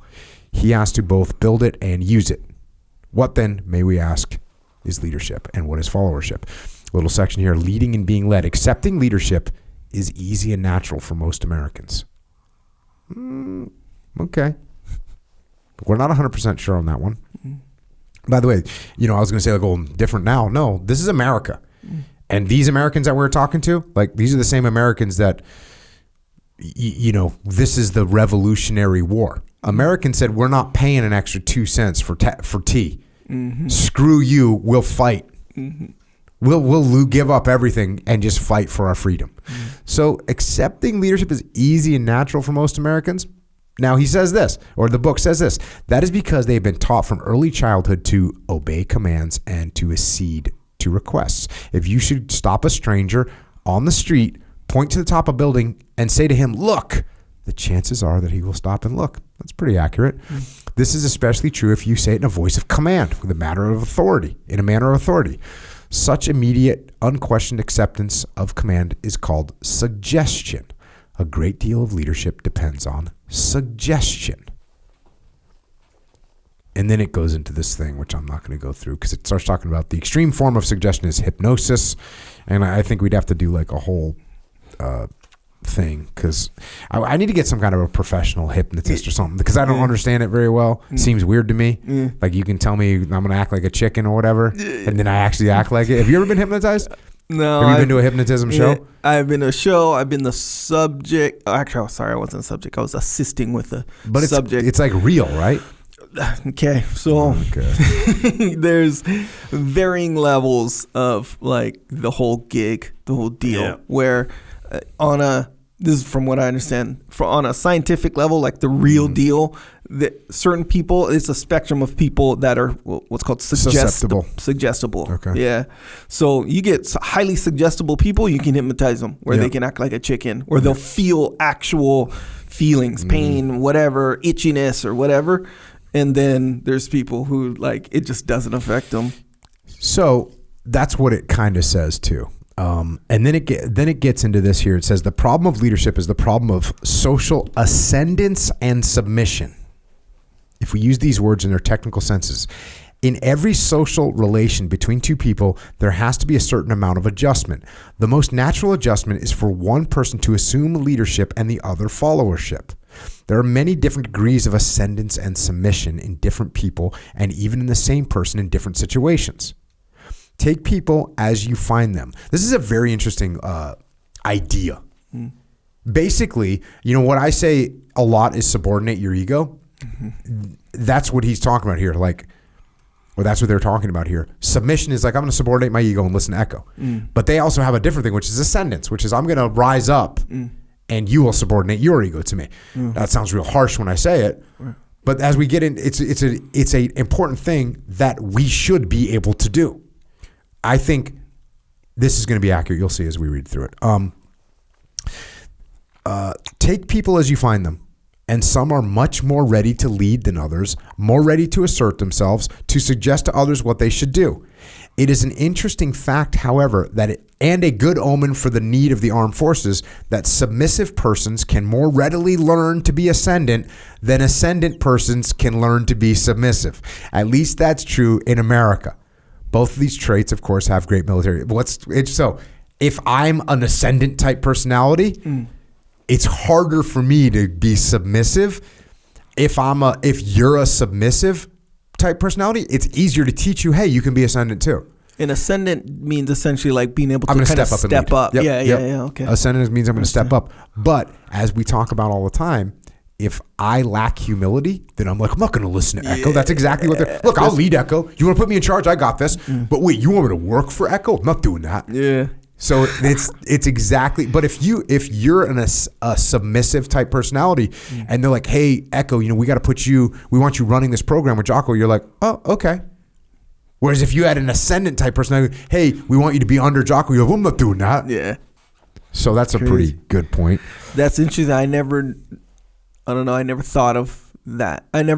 Like that, I wouldn't have known the answer. Like if that was a multiple choice question, like, oh, what do you think is harder statistically or whatever, whatever this is based on? What's harder, the guy to step up and lead if he's a submissive type or ascendant? I would not have known the answer. Yeah, it doesn't. Even from all the things that we've talked about on this podcast for the past 7 years, you wouldn't have said, hey, you got arrogant Fred over here, and you say, hey, arrogant Fred, I want you to, work for Jessica. Yeah. He's like, no way I'm doing that. Yeah. Whereas if you take humble Fred and you're like, hey, Fred, we want you to lead this. We think you have the potential. He goes, oh, okay, I can do that. Yeah, I would say this. That's a good question. And I thought about that. But I thought I'm kind of around people who know the game a lot right now. So they know to, subordinate their ego. I don't know what the real world out there kind of looks like. It feels like each of them, like if one was harder than the other, no matter what the answer was, I would be like, okay, that makes sense. That makes sense. But to find out that answer, it's like, that's interesting that is distinctly the case. Makes total sense to me. Accepting the role of being led is discipline. Interesting use. While ascendant men do not accept discipline easily, they can nevertheless learn to accept it, and fortunately it is not so difficult for men to be submissive in new situations where they lack a feeling of competence. That makes total sense. So it's easier if I show up and I'm going to be on the computer programming team. I'm not rolling in there like, all right, guys, listen up. Nope. I'm going to be this submissive. I'm not going to be ascendant in that situation. I don't have any competence there.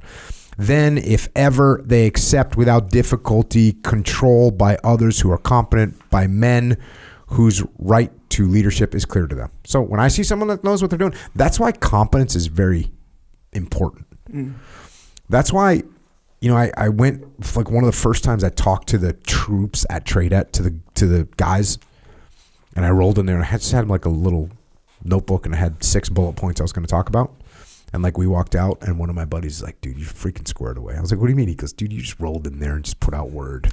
And I was like, well, thanks, man. He goes, yeah, like I see you just have your notebook. You're just ready. And it's like that little thing is like, oh, he's competent. Like this is a little thing like, oh, I got some stuff to say. Here's what I'm not saying to know everything, but hey, here's some points. Here's what I'm looking at, but whatever. He's like, you're so freaking squared away, and it's always nice, right? He was excited about it. Yeah. So competence goes a long way. Yeah. I like the expression "put out word." By the way, Put out word. That's a big expression in the military. Now, here we get to some good stuff. In America, the best leadership assumes the democratic character rather than the character of unilateral suggestion. The leader does not demand obedience without an explanation if he is in a position to let his followers see the reason for his decision. So now we're getting into where you know that somebody was like, hey, hold on a second, dude, that don't make sense. They're starting to put out some good word here. Nor does he arbitrarily make demands upon the followers as to the details of the action. Rather, he invites initiative, encourages cooperation instead of sub-operation, sets a problem, exhibits means for its solution in as far as they are known to him, and asks his subordinates to carry on from there. So it's like, hey, here's the mission. How do you guys want to get it done? Quite properly, he accepts advice from his subordinates, although he never transfers to them responsibility for his decisions. Perfect. This is perfect. We're nailing this. That means if I'm in charge and I'm like, Echo, how do you want to get this done? And you say, I want to attack from the west, and then the attack fails. Like, oh, it was Echo's idea. No. Hey, it was my decision. That's what we did. It was a failure. It's on me. That principle works excellently in industry as well as with the direction of children, and there is increasing evidence that it works in the Army and Navy too. Well, thank you.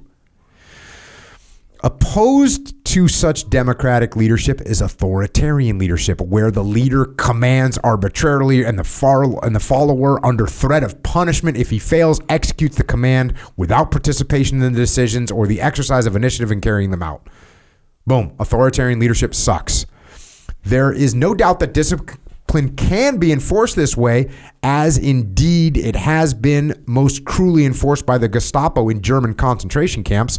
There, men came ultimately to accept the Gestapo's point of view about the propriety of their own submissiveness. This kind of discipline, however, secures obedience but not achievement, for it is based on fear, not loyalty. The Germans do not use it in their armed forces. And we've gone through German armed forces manuals that clearly point this out.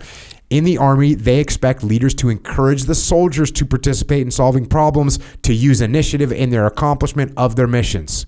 To a certain degree, the German officer is asked to fraternize with his men in order to maintain morale and initiative in them, even though he must at no time break down their sense of his superiority and responsibility, nor their reliance on him for ultimate decisions.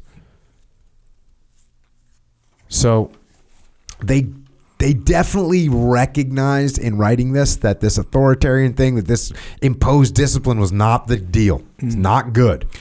Did he say they encourage fraternization? Yep. Like, hey, you got to get to know your people. Yeah. You got to let them come up with initiative. You got to let them come up with problem solving. He says, to a certain degree, the German officer is asked to fraternize with his men in order to maintain morale and initiative in them. That's what we're doing. So the good soldier or sailor accepts leadership in part by discipline. This means that the relation of the ascendance of the leader and the submission of the follower is established, that instantaneous obedience is thus always obtained, even when the reasons for such obedience cannot be disclosed immediately. So look, you and I have a relationship and we're working together, and most of the time I'm telling you what's going on, but then all of a sudden I'm like, Echo, you need to get to my house now. You're like, cool, I'll be there. That's not the norm. It's a lot of leadership capital I'm spending. Like if I just text you, hey, come to my house now. Hey, meet me at the studio in 15 minits.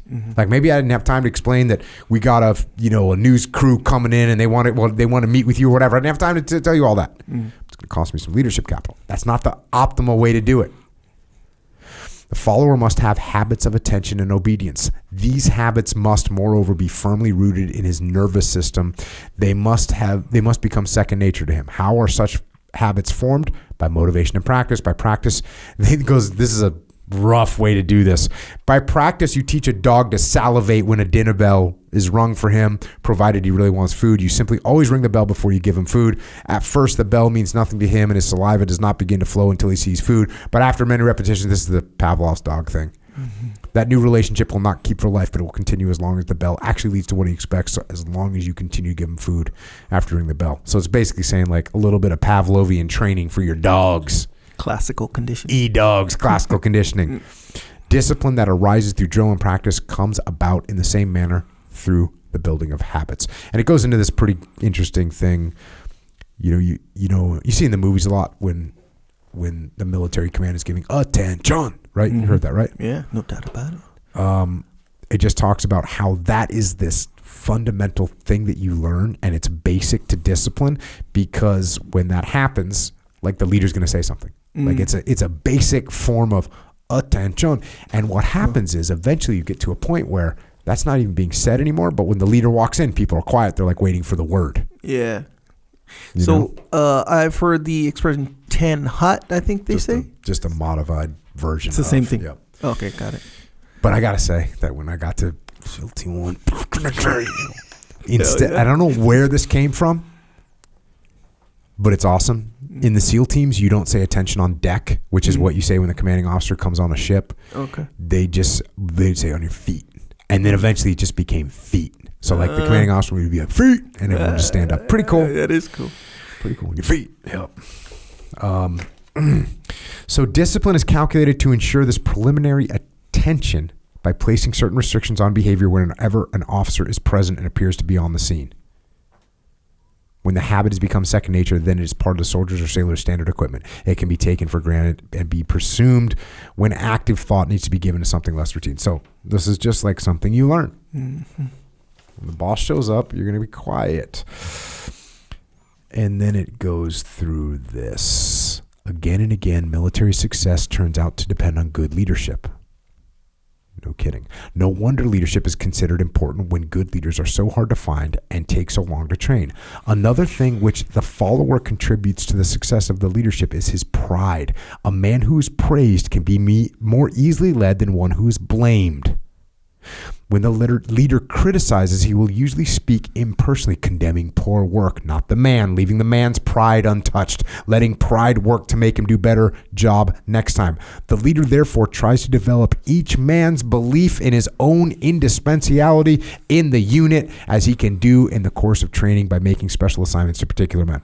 This is that whole thing I wrote about in leadership strategy and tactics, where I told all my guys they were the most important person in the platoon. And they were. It's not a lie. When there's a freaking wounded guy, the corpsman's most important. When we need fire support, the radioman's most important. When we're on patrol, the point man's most important. When we get a gunfight, machine gunner's the most important. I'm telling them all that. They're the most important guy in the platoon. We get into the attributes of leadership. And this is where they start to recover a little bit, or at least go further and more positively. There have been studies of leadership in civilian life among children's group and in industry.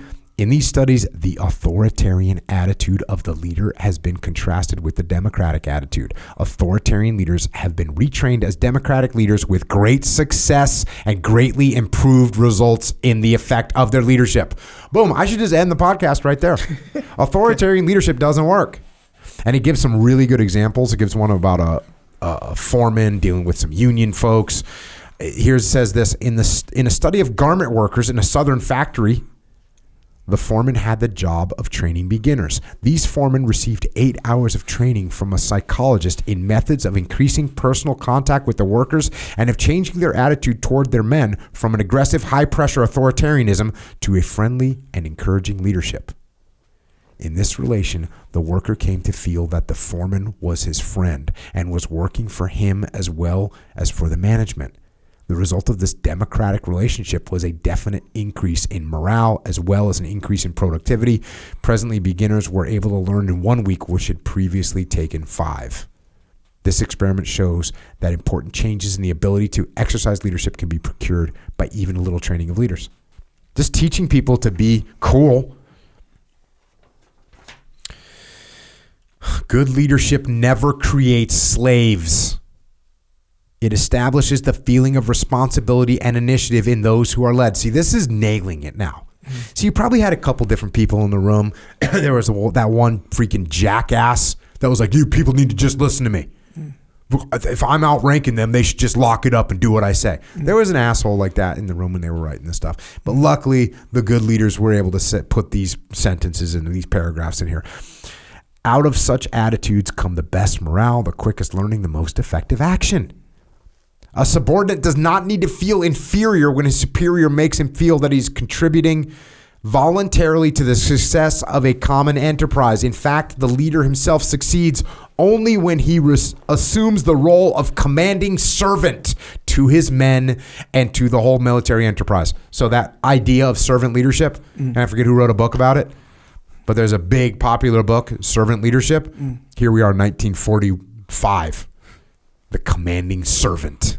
And we covered a podcast on Serve to Lead, about the British leadership methodologies. Same thing. This is not a new idea. When you're in charge, you're not in charge. You're a servant to your men. What makes a good leader then? I was a little nervous. It says number 1, authority. The leader starts out with authority. The military and naval systems give it to him. His uniform gives it to him. Authority is essential to discipline. It forms the background of all leadership. You're like, oh, damn. This is not what Jocko talks about. It's definitely not what I believe in. And then it says, yet. Most of the power that the leader needs in order to lead well is not given to him. He wins it for himself. He must win the respect and loyalty of his men so that they trust his judgment. He must lead, not drive them. He must build up their morale. Such powers depend on his own attributes, not on anything that goes ready-made with his rank. So they took back everything they said. Personal characteristics and attitudes. Good leader must be competent, which I pointed out a little earlier.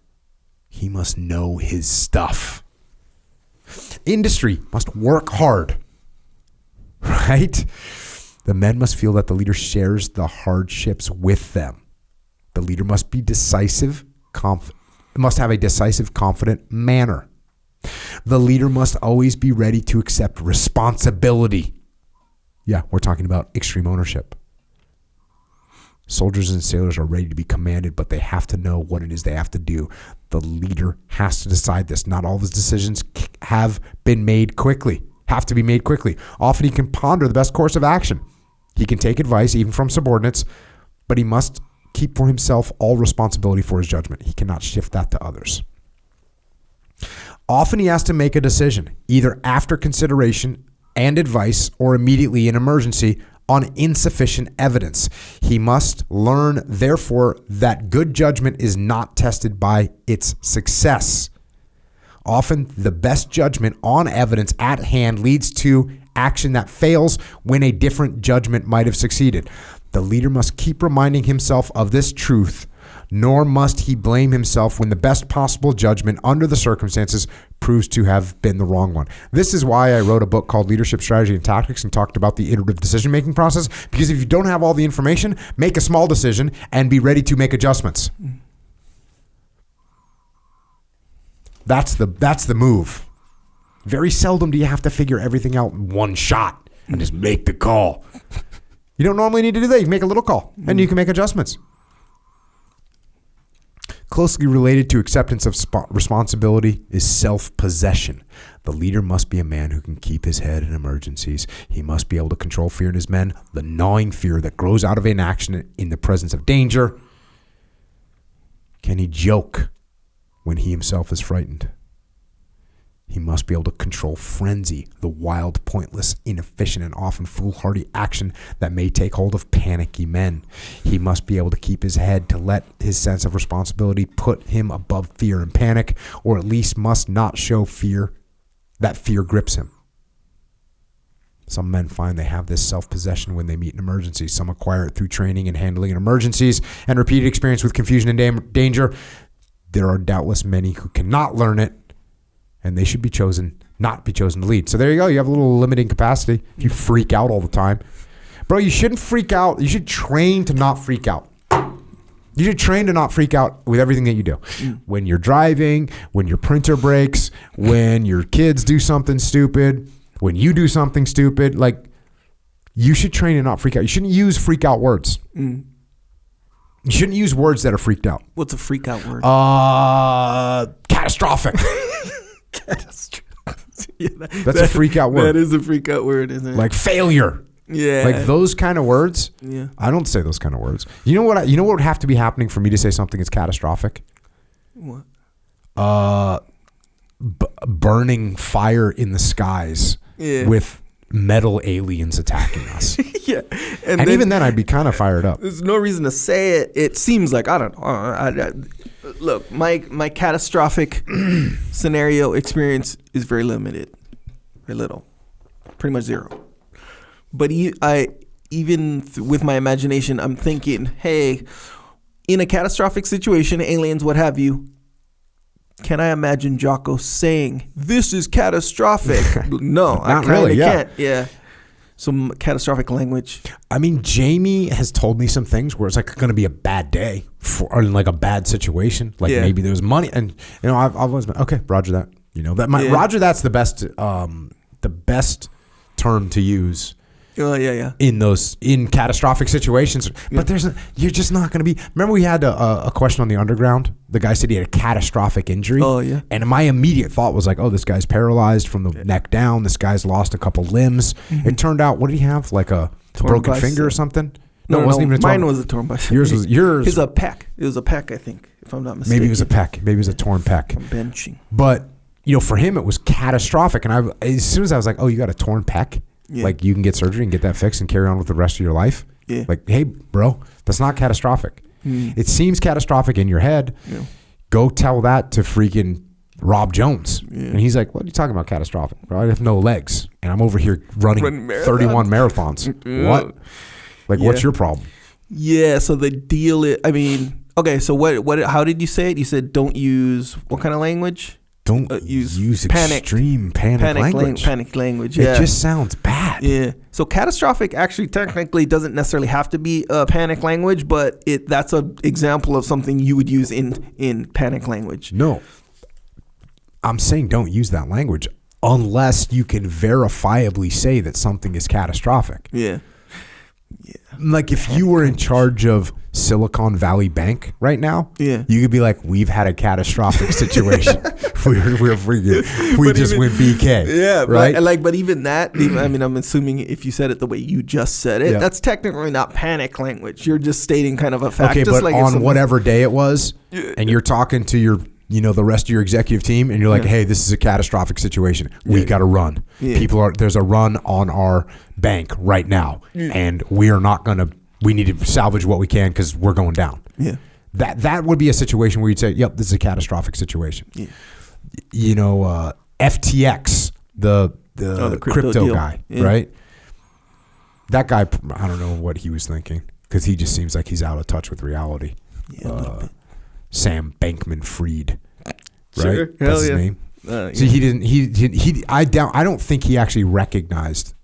I don't know. I'd have to dig more into the case. Right. But he just seemed like he just was lost. Yeah. And just super aloof and arrogant and thinking. When people think they're super smart. Yes. And they think they can outsmart people. I think he's been like that for his whole life. Yeah. And he's been building upon that, and he's been getting away with it for a long time. Yeah. So I think this was just another little thing that he was going to scam his way out of in his mind. So he might not have even recognized that it was catastrophic. Yeah. Huh. Yeah. So yeah, seems like that could be the case. Yeah. Yes. I mean, he didn't really recognize that he was a dork. No. But it makes sense though. Back to the original point where it's like, hey, don't use was it panic language? Bro, don't do that. Yeah, so it's less about necessarily the actual words, but like under panicky situations, there's a bunch of words that, hey man, let's not do it like that. It is about the actual words though. Like it's about the words, it's about the behavior. That behavior, those words are panicked behavior. Mm-hmm. Right? Yeah. If you start using words like that, then it's a problem.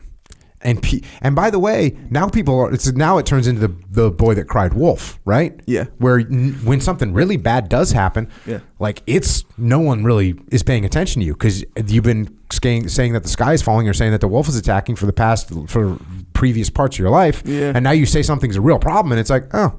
Yeah. Catastrophic is to me is like, first of all, imminent. Yeah. Right? Imminent situation. Because I can get out of all kinds of stuff, right? Yeah. Well, I'm going to get out. I'm going to figure something out. We're going to make maneuvers. That's what we do. We're going to figure things out. What about the word critical?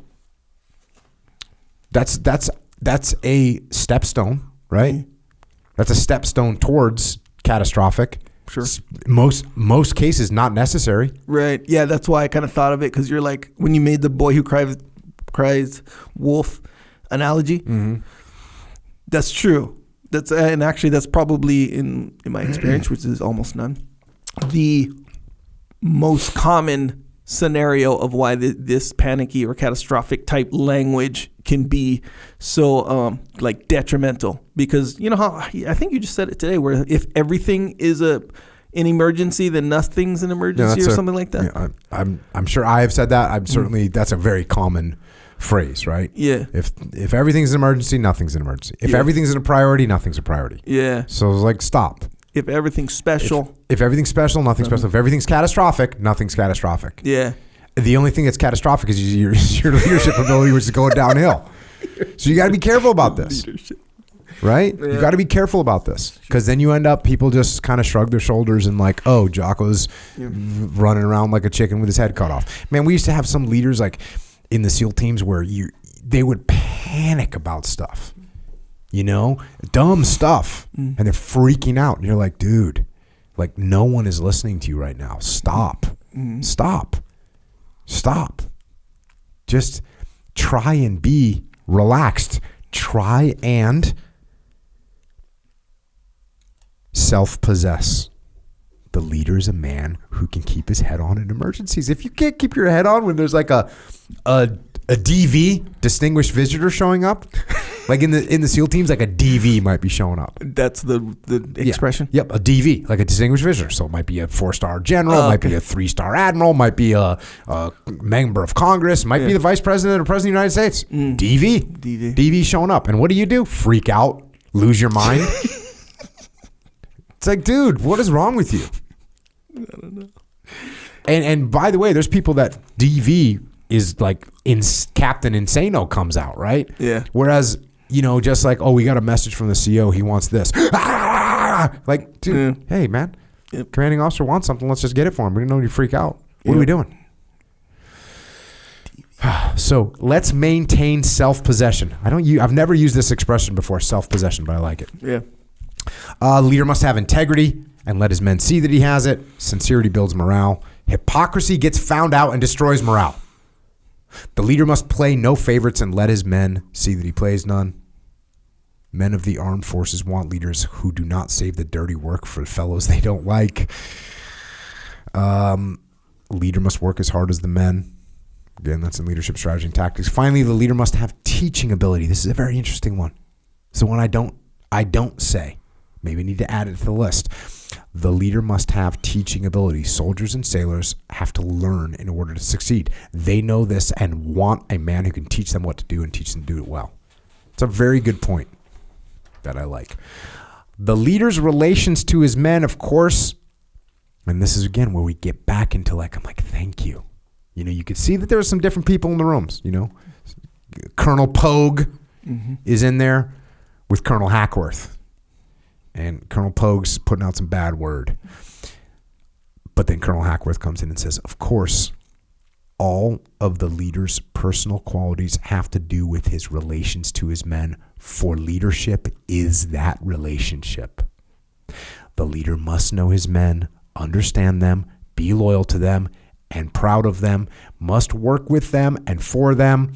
There are, however, many other special rules which help in their relationship. And then it goes into using personal recognition, using praise, doing good how to give criticism properly. They talk a lot about giving criticism to the job, not the man. So if Echo's video is substandard, I don't say, Echo, you messed up this video. I say, hey, Echo, I think this video could be better. I'm not attacking you. I'm attacking the video. It's just a good little point to remember. The Met, and this is another where we, Colonel Hackworth, Colonel Combat, we'll say, because Hackworth wasn't in the Army yet in 1945. He was just getting in the Army in 1945, I believe, maybe 1946. So Colonel Combat versus Colonel Pogue. Colonel Combat says the men need to know the reasons for what they do whenever the leader knows the reasons himself, and such knowledge is consistent with military requirements. The need in maneuvers to know what it's all about. They need in maneuvers to know what it's all about. So your people are supposed to know what's going on. They are not machines. Even though this whole book started off saying men are machines, they are not machines. They can think too, and like to know that their leader believes they can think. Soldiers and sailors are interested in a long-time strategy as well as immediate objectives. Many are concerned with the remote ideology of the war. All are vitally concerned with today's problems. These principles hold both in training and in combat. So yes, freaking men are supposed to know what's going on. Military leaders should train his men to expect surprises and reverses. Good call. The leader should have in mind the effects of mental strain upon his men. He should encourage his men in all devices that will help them to stand up mentally in combat. He should encourage religious faith in those who already use it. He may even good-naturedly encourage superstition by not poking fun at it in those men who find security from danger in that fashion. You got that lucky rabbit's foot. Cool.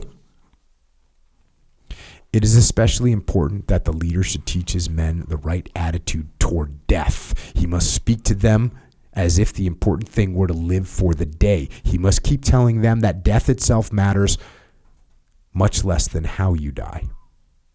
If you die, let your death count for something. He must teach respect for the dead. When affection for a comrade continues after death, a soldier fears his own death less. I was trying to think, how does this relate to like business? Failure. What's your attitude towards failure? Like if you're a sales guy and I'm like, hey dude, you go out there, go hard. You get some doors slammed in your face, right on. You know what I mean? Like that kind of attitude towards failure. In times of danger or fear, the leader must plan activity. We know that already from that other chapter. Offense is the best defense in the realm of the mind, as well as in grand strategy. The leader should try and give his men the attitude of perpetual offense.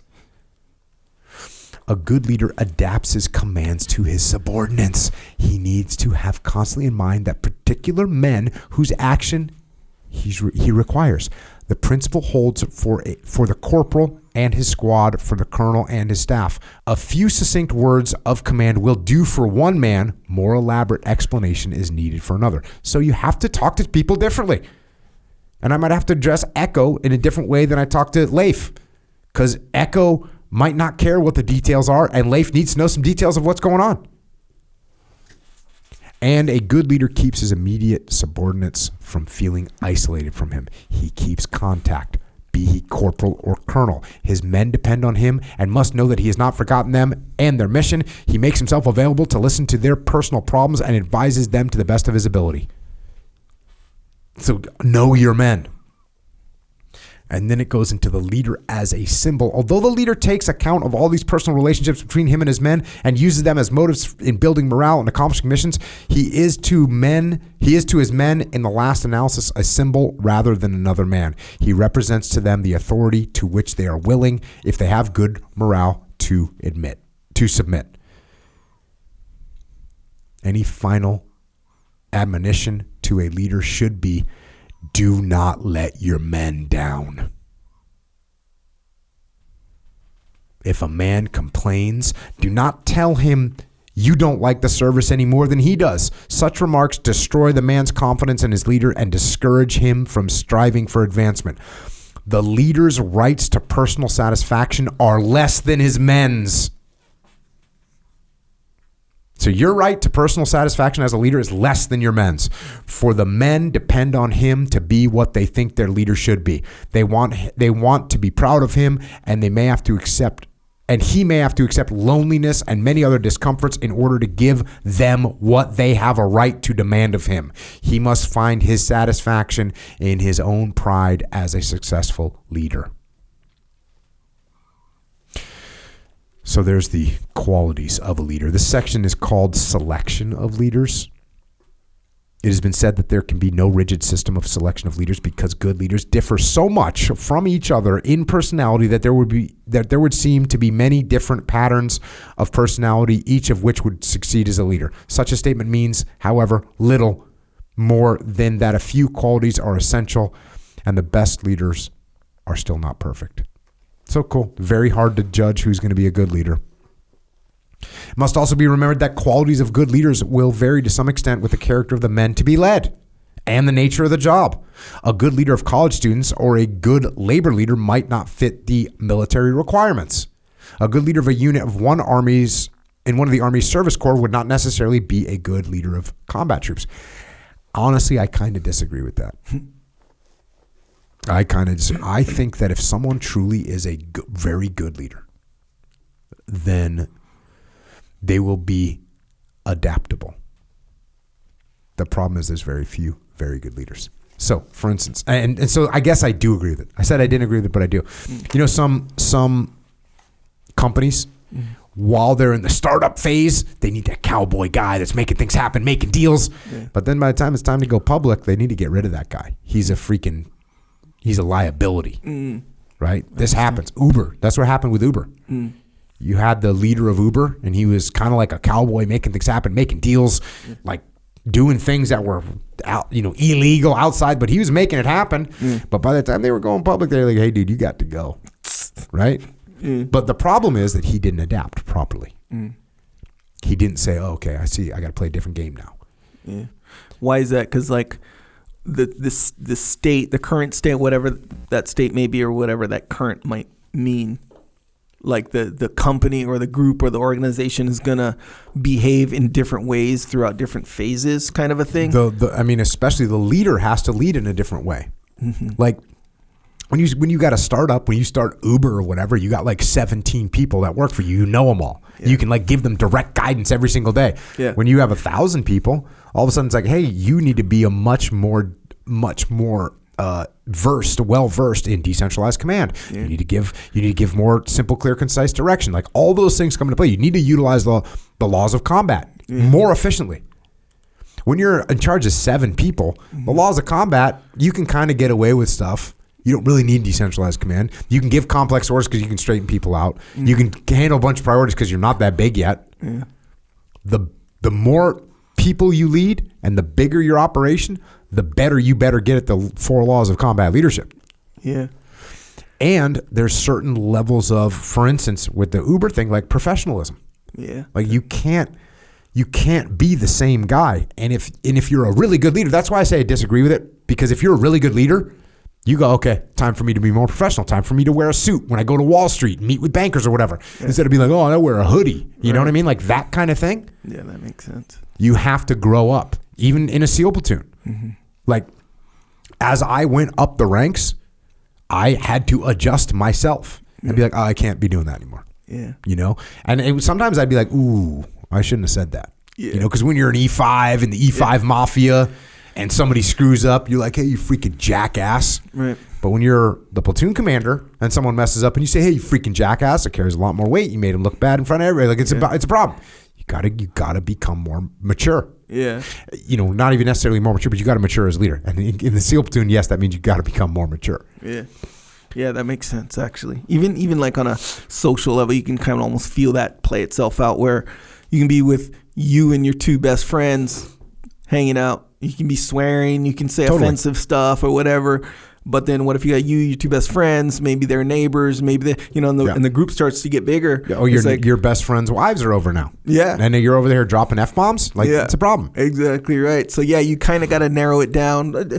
And that's a perfect way to put it. You got to be more mature, where everyone will accept the word you put out. It'll land on people. The more people, better. So ultimately, you can have the correct influence on the correct amount of people, which is now bigger. Yep. That's the way it works. You got to grow. So a good leader, and just like in a SEAL platoon, like in certain combat situations, you kind of want a guy that's a little bit more raw. Yeah. But if that guy can then walk in to brief the general and be squared away, that's what we're looking for. If he walks in there and is like, hey, general, I'll tell you what's up. Like, go record me talking to my platoon and then record me talking to the general. I'm the same person, but the language that I'm using is different. Yeah. Even the physical sort of gesturing I'm going to use is different. Yeah. Like you're going to have to be able to play both those roles. Yeah. And I'm not saying like, oh, you walk in front of the general and you turn into a totally different person and you're kissing ass, or you are not, if I'm saying to the boys, hey, we're going to go freaking kill everybody. Yeah. And I walk into the general and say, hey, we really are looking forward to winning the hearts and minds. Like, that's a different message. Right. But if I say, hey, boys, we're going to go out and kill people, and I tell the general, hey, listen, sir, we're going to be out there, we're going to eliminate the enemy wherever we find them. We're going to be on doing as much as we possibly can to interdict them. Mm-hmm. I'm saying the same exact thing. Yeah. But I'm being professional. Yeah. So now moving on. In combat, the best you can hope for is a versatile leader who can adjust himself somewhat to different kinds of men. This is what I just said. No leader can be for perfection for all. Educated and uneducated men will need different qualities for their leaders. Strong, athletic, outspoken men and weak, sensitive, quiet men ideally should have different sorts of leaders to whom. Now, see, this is where I disagree. Like, if you're a good leader, you can talk to the, what do they call them? Strong, athletic, outspoken men. And you can also talk to the weak, sensitive, quiet men. And by the way, you're going to end up in a SEAL platoon with both those kinds. Maybe not weak, but sensitive, quiet guys for sure. The Germans have tried to test for initiative and responsibility by giving men actual military problems to solve in spite of inadequate resources. They want to see whether the men will give up, come back for help, or solve the problem in some special way. If you are given the materials to build a bridge across a stream and there is not enough materials, if the timbers are the wrong size or do not fit together, what will you do? You can cut down some trees to supplement the insufficient timbers or tie parts together when there are not enough spikes. There are possibilities in such procedure, but leadership is something greater than ingenuity in meeting emergencies. So even that doesn't answer the question.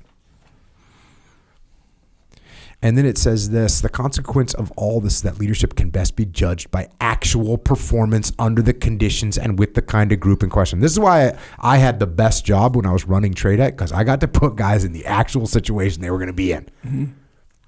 And then you put them through judgment. It talks about how you judge people, how you would select leaders. You'd have to use judges, put them in the actual scenario, the type that they were going to be in, that the judges had to be competent. That's better to have multiple judges instead of just one. So it goes through that whole thing. And then we get into, after the selection of leader gets to training of leaders. Are leaders born or made? Obviously, both. A man who combines the intelligence and ambition necessary for him to be a competent and resourceful leader with great interest in the welfare of his immediate associates has the first requisites of being a good leader.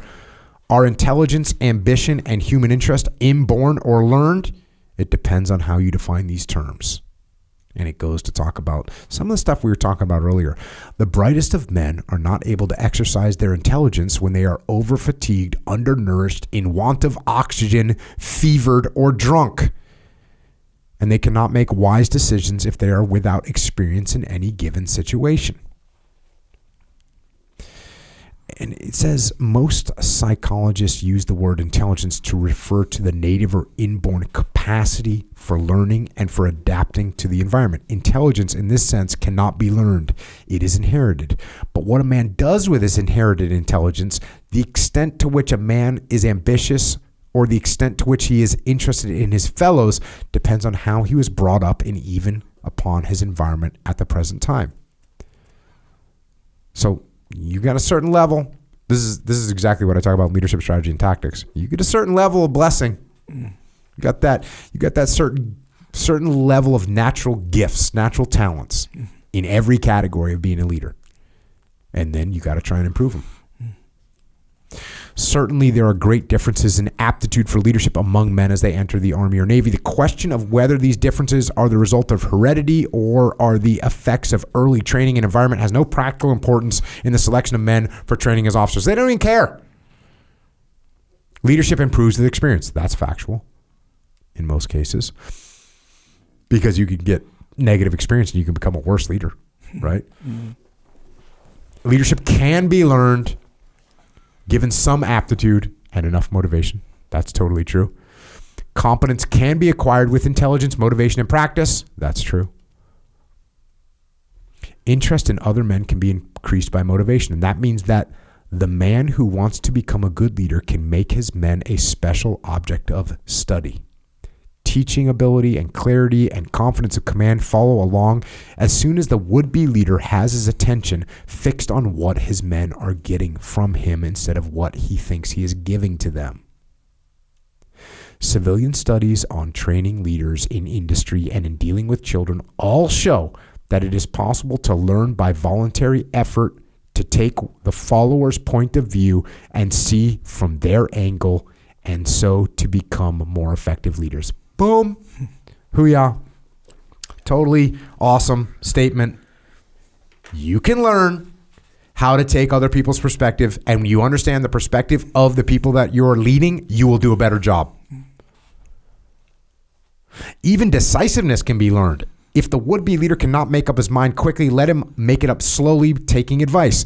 Then when he has made his decision, let him announce it decisively and let him stick to it. I have a big question mark next to that. Because if the leader makes a bad call, he shouldn't stick to it. But you can get better at making decisions. I mean, when we put guys through put them through land warfare, you would see them be a disaster in the beginning, couldn't make decisions, and then they start to learn how to make decisions, and then they'd be good at it. It's freaking awesome. That's how I know this stuff can be taught, because I taught it. The would-be leader has best patterned himself on some skill leader whom he knows well and admires. Yes, absolutely. He will be surprised to find how many of the accomplished leader's attributes he can copy. When he cannot copy the habits of thought, he may at least be able to imitate the manner and behavior of his model, and then appropriate habits, though, of thought may follow later. So you basically act like that guy, and then eventually, hopefully you can become that guy. Are leaders born or made? All leaders are made.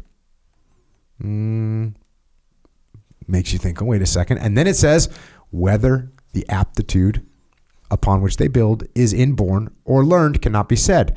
Not all grown men have it. Okay. True. But those that have what leadership takes, even though they have never led, can learn to lead. Yes, I agree 100%. Here, as everywhere else among military skills, the two keys to the creation of successful ability must be employed: selection and training. Select potential trainers and lead them. There you go. And we're going to close this one out right now. The kind of the closing chapter, the use of psychology in war, but it's kind of just a good way to sum up what we've talked about today. Psychology is the study of acting man, of human thinking and behaving, and of the underlying causes and conditions of man's thought and conduct. Thus, it is concerned with perceiving, feeling, learning, remembering, thinking, and acting, and also with all of those social relations between men, how they feel about one another and act towards one another. The armed forces are organized bodies of men.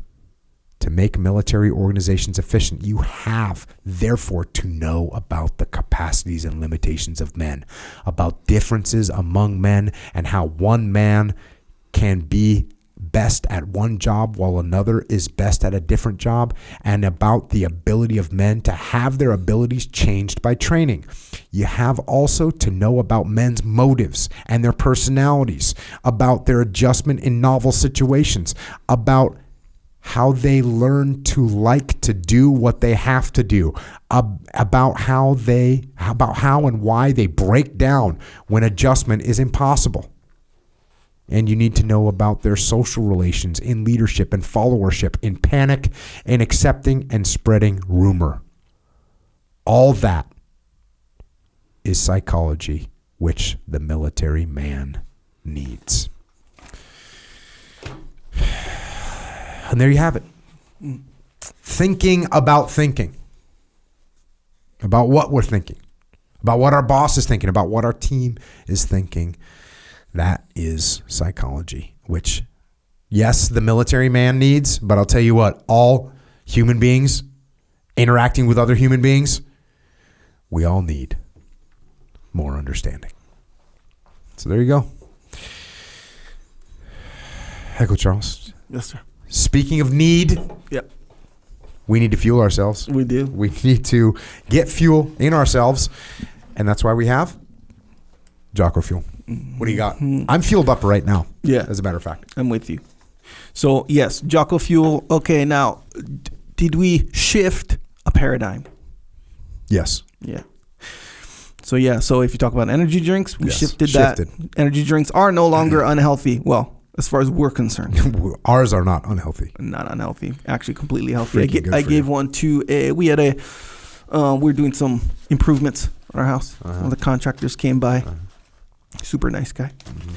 So I offered him one. He was like, "Oh man, I like energy drinks." He's like, he looked at it. He said, "Jocko, I love Jocko." I was like, "Well, the good news about this energy drink, regardless of how much you love or don't love Jocko, as the case may or may not be, this energy drink is good for you." Yep. See what I'm saying? He was reading it. Yeah, he was down for the cause. Yep. Well, that's good. And I would say I'm kind of good for you too. Like that guy, that contractor. Yeah. I think I'm actually pretty good for him too. Yeah. You know? Yeah, the whole I'm deal. not throwing anything negative out there for him. No. He's not listening to me thinking, oh, I think I can skate on work. Yeah. He's not thinking, oh, it doesn't matter if I'm healthy. He's not thinking, oh, if I'm going to be running some other people on my team, maybe I should be an authoritarian leader that barks orders. He's not saying any of that. So I think I'm good for him, and I think my drink is good for him. I think you're correct. It's not like he came over, said he loves Jocko because you ran him into a ditch somewhere. There you go. So I'm saying you're obviously doing great work out here. I agree. Oh, that's a little bit extreme. I agree. I appreciate it. I agree. Thank you. Nonetheless, look, no more unhealthy energy drinks. No more shabby tasting energy drinks. Mm-hmm. Boom, got you. All good. All good. Good for you. Good for performance mentally and physically. Boom, we got protein as well. Yeah. Ready to drink. Hey, look, we've been kind of not neglecting, but we haven't been talking about the actual milk. Mm-hmm. The clean, great tasting. The pow pow. Mm-hmm. The pow pow. See, now you know. All day. Now that you're a snowboarder. Yes, sir. You know, now you know about that pow pow. All day. So keep in mind that is still a massive, massive option. Mm-hmm. But yes, if you're interested in maybe saving some time, having improved, convenient scenario with that same good taste, then I'll be honest with you, man. Sometimes I just need like something that I want to taste something sweet, and I don't want to mix up a whole milk and have it in the fridge. Get that little RTD hitter. Oh yeah, they're just cold. They're just on the rocks, as they say, like cold. Yeah, cold in the fridge, just ready to roll. Oh yeah, ready to roll. The pow pow. Yeah, that's what it's called now. The milk, by the way. If you get the milk powders, henceforth only referred to as the milk pow pow. Yep. That's when you're in the mood to like really kind of elaborate on some gourmet milkshakes. Which, hey, there's a time for that. Trust 100%. Me. Oh yeah. Boom. Perfect. Perfect amount of protein. Whatever you choose. Perfect type of protein, and it tastes super good. So there you go. Go to jockofuel.com. You can get all this. You can get vitamin D3. You can get joint warfare krill oil, super krill. Cold War, you can get the goods, man. JockoFuel.com. You can also get it at Wawa. You can get it at the Vitamin Shop, Military Commissaries, Hannaford, Dash Stores in Maryland, Wakefern, ShopRite, HEB, Meijer. We be rocking in those stores. Hey, everybody that goes to HEB and Meijer, thank you. Thank you. You're just making winners. And hey, if you go to these other stores, especially the convenience stores, that's a battlefield. It's a battlefield in those convenience stores. There's big, giant corporations, and you know who I'm talking about. They pay millions of dollars when they saw a threat. As soon as they saw the market share disappearing, well, it wasn't disappearing. As soon as they saw portions of their market share getting pulled, they went on the offense, and they got thermonuclear weapons called millions and millions and millions of dollars. So when you roll into Wawa, go and clean the shelves. Go let them know what's up. Let them know that we're here. And we don't care, you moved us down a shelf, take it out of eye level. That's the kind of stuff they do. Oh, for real. They do that kind of stuff. It's a battlefield, man. It's deep. But Wawa was great. They brought us in there. But look, they're running a business too. So if you go into Wawa, if you go into one of these convenience stores, roll in there. Get some. Don't get tricked into buying the poison. You don't want to let that happen. So there you go. Everyone out there, when you roll into these stores, we appreciate it. It makes our job easier, and it allows us to further expand. You're helping the people that don't have this stuff available right now, right? California's rough, man. Convenience in California is rough. There's a whole thing I'd have to talk through, but there's just a lot of disparate companies out here. It's not like one unified. Not like there's a unified chain, like this is the one.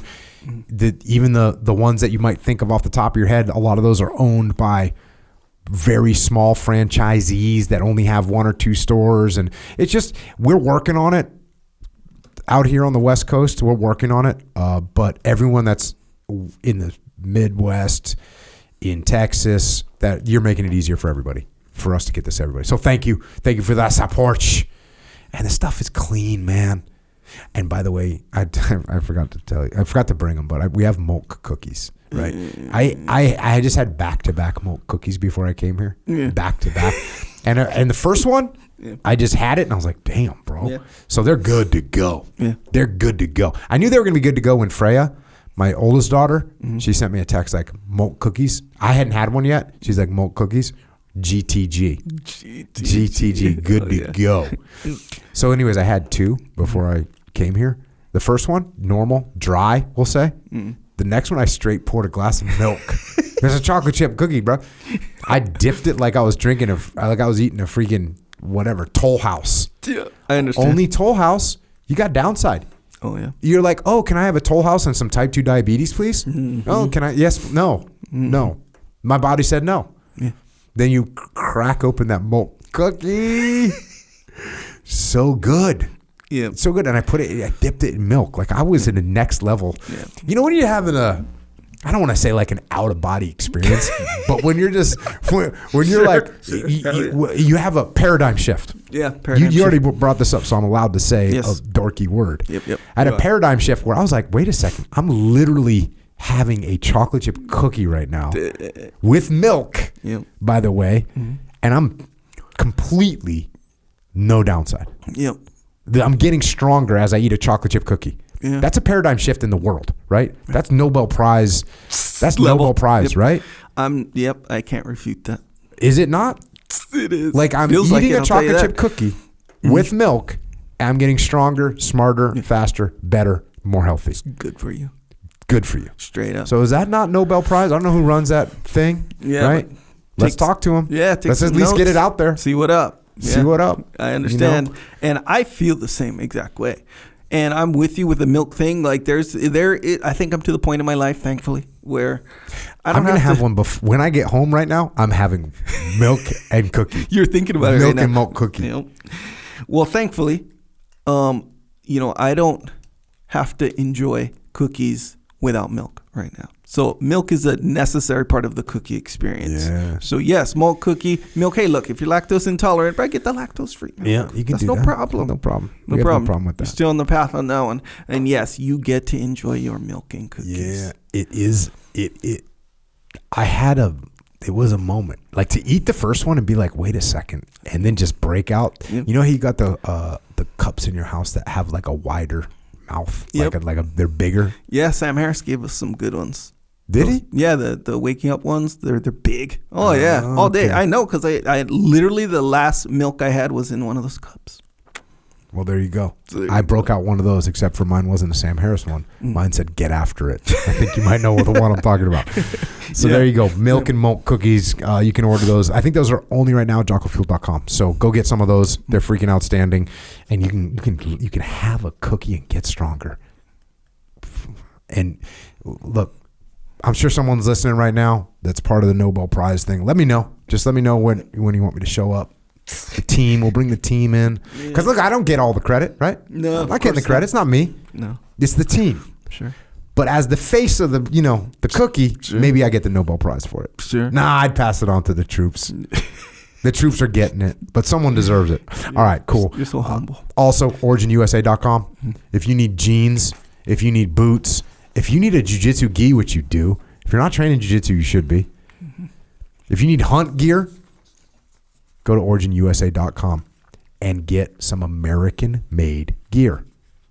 That's what you want. You don't want to support communism. You don't want to support tyranny and oppression. You want to pay for slave labor. You don't want that to happen. You want the highest quality. The quality's good, man. It's clean right now.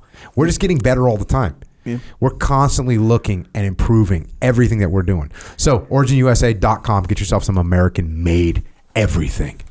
It's interesting because there is this distinct difference, and it seems obvious, but maybe not from moment to moment. But when you get a pair of jeans or whatever, something that's made where the person who physically made it, the person who designed it, the person who physically made it, like put it under the sewing machine and physically made it, when they care about every single one that they make, like I care about this one. I'm not punching the clock. I'm not surviving so I don't get whipped or whatever. Right. You know, I care about this pair of jeans, about this boot. Like, man, if I even mess up that one stitch, I care about that. Let me redo that one so it's perfect. The jeans that you get, they're going to be way different. You know, we talked, I kind of breezed over it, but like the superstition thing that he talked about, like, hey, if you've got people that are superstition, don't make fun of it, support it. Well, there's some kind of like, what's the reality behind that?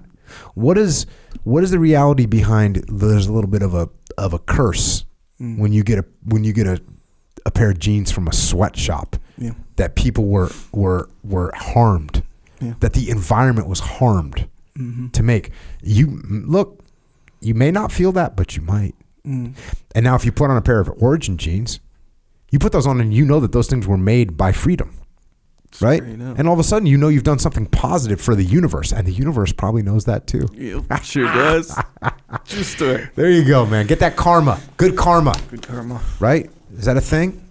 Yeah, it's a thing. I think it is. Yeah. Well, yeah. If I don't know you and I give you, and I'm in a bad mood and I give you the stink eye, intuitively, the chance of you giving me the stink eye back, pretty high. That's how it works in a nutshell. I always think of it from like a leadership perspective. I don't doubt that at all. Like, oh, you go around treating people bad, karma is going to come back and get you. Yeah. You go around treating the environment bad, karma's going to come back. You go around treating your employees bad, karma's going to come back and get you. That's what's going to happen. My dad had a saying. He said, he wouldn't say it all the time, but every once in a while he would say, bad things happen to bad people. So, and usually under these circumstances, when you just, like, look, we all have that little evil man inside of us, even as little kids, where it's like, hey, you want to get over, or you want to like, it takes a lot of work to exercise the high road or something like this, right? Where, so, you're going to do you're going to seek revenge, or you're going to, bully your little brother, as the case may be. And sometimes you got to get reminded that, hey, like, that short-term gratification from your little evil deed that you think is like harmless or whatever in the grand scheme of things, here's what the grand scheme of things says. Bad things happen to bad people. And just don't forget that. BC has spoken. Put in that word. Yep. As we might say. Nonetheless, yes, it's true. It's a very, it's a thing for sure. Also, Jocko Store, you want to represent. We're all on this path together. Varying places in the world, whatever, but we're all on the same path. Varying versions of the path, varying speeds on the path, but we're all on the path. If you want to represent on this path, this is where you can get your shirts and hoodies and hats and whatnot. JockoStore.com. There's a new shirt you've been telling me about for the Shirt Locker. Shirt Locker, yes. Yeah. Should I reveal it? Yeah, reveal. Okay, reveal. So it is a shirt. Here's the story behind it. Typically, all the shirts from there's a Shirt Locker. That's the subscription scenario. You get a new shirt every month. So here's the thing, and I usually just say, okay, the designs are whatever I say about the designs. They're cool. But what I don't always say is all designs have a story behind them, all of them, every single one. We call them layers. This particular shirt is a shirt. It's pretty simple. It has the logo, the representative stuff. But on the bottom of the front, upside down, there's a passage, if you will, written, says, "What are you doing right now?" So it's upside down at the bottom of your shirt. So if you're sitting down, especially, and you're looking around and you look down, that message is gonna be loud and clear just for you. What are you doing right now? Especially if you're sitting down. Sounds like you're watching Netflix. Yeah, sitting down somewhere. Exactly. Right. So just a little reminder. Some of us, we like that prompt. It helps. Yeah. See what I'm saying? There you go. But if you want to check all this stuff out, you like something, get something, it's on JockoStore.com. There you go. Subscribe to the podcast. Subscribe to JockoUnderground.com. Subscribe to our YouTube channel. Get Psychological Warfare. Check out Origin USA's YouTube channel. Check out Jocko Fuel's YouTube channel. We got YouTube channels going on. FlipsideCanvas.com. Dakota Meyer making cool stuff to hang on your wall. I've written a bunch of books. A novel, Final Spin. A bunch of leadership books. A bunch of kids' books. 6 kids' books. Did you know that? 6 children's books. Yep. More coming. Mikey and the Dragons. All the Way, the Warrior Kid books. There you go. About Face by Hackworth. Check that book out. I wrote the foreword to the new version of it, which is an honor to be able to do that. And then, of course, Extreme Ownership and the Dichotomy of Leadership. Wrote with Leif Babin. Leif Babin and I also have a leadership consultancy. We solve problems through leadership. Go to eslamfront.com for details. If you want us to come and help your business, if you want to come to one of our live events, check that out. We also have an online training platform. The demand signal for leadership training is so high, we couldn't meet it. So we made a online training academy for leadership and life. Go to extremeownership.com if you want to take ownership of your life, if you want to take ownership of your world, if you want to take ownership of your business, we will teach you. extremeownership.com. Also, if you want to help service members, active and retired, you want to help their families, you want to help Gold Star families, check out Mark Lee's mom, Mama Lee. She's got a charity organization, does unbelievable work. Go to americasmightywarriors.org if you want to donate or you want to get involved. And don't forget about heroesandhorses.org. We got Micah Fink right now. No one's heard from him for 72 days. We got one satellite transponder that said he is alive, he is doing well, and he is now dressed in a mountain lion skin, and he is making progress out in the wilderness. If you want to connect with us, Echo's at Echo Charles on the social media. I'm at Jocko Willink. But just be advised, algorithms looking to grab you. So don't let it happen. Also, thanks to the folks out there in the ultimate leadership position, those in the military around the world facing the toughest challenges and moving forward toward those challenges to protect us in this world. And the same goes to our police, law enforcement, firefighters, paramedics, EMTs, dispatchers, correctional officers, Border Patrol, Secret Service, and all first responders. You all step up to face challenges every day and lead.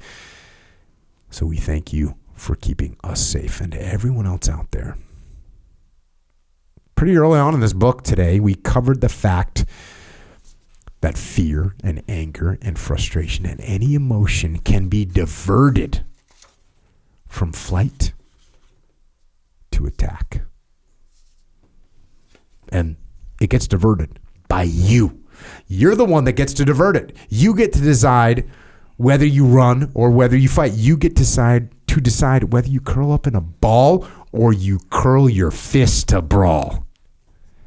Whether you surrender or decide to go and conquer. That is your decision. And I recommend you make the decision to get up and get after it. And until next time, this is Echo and Jocko out.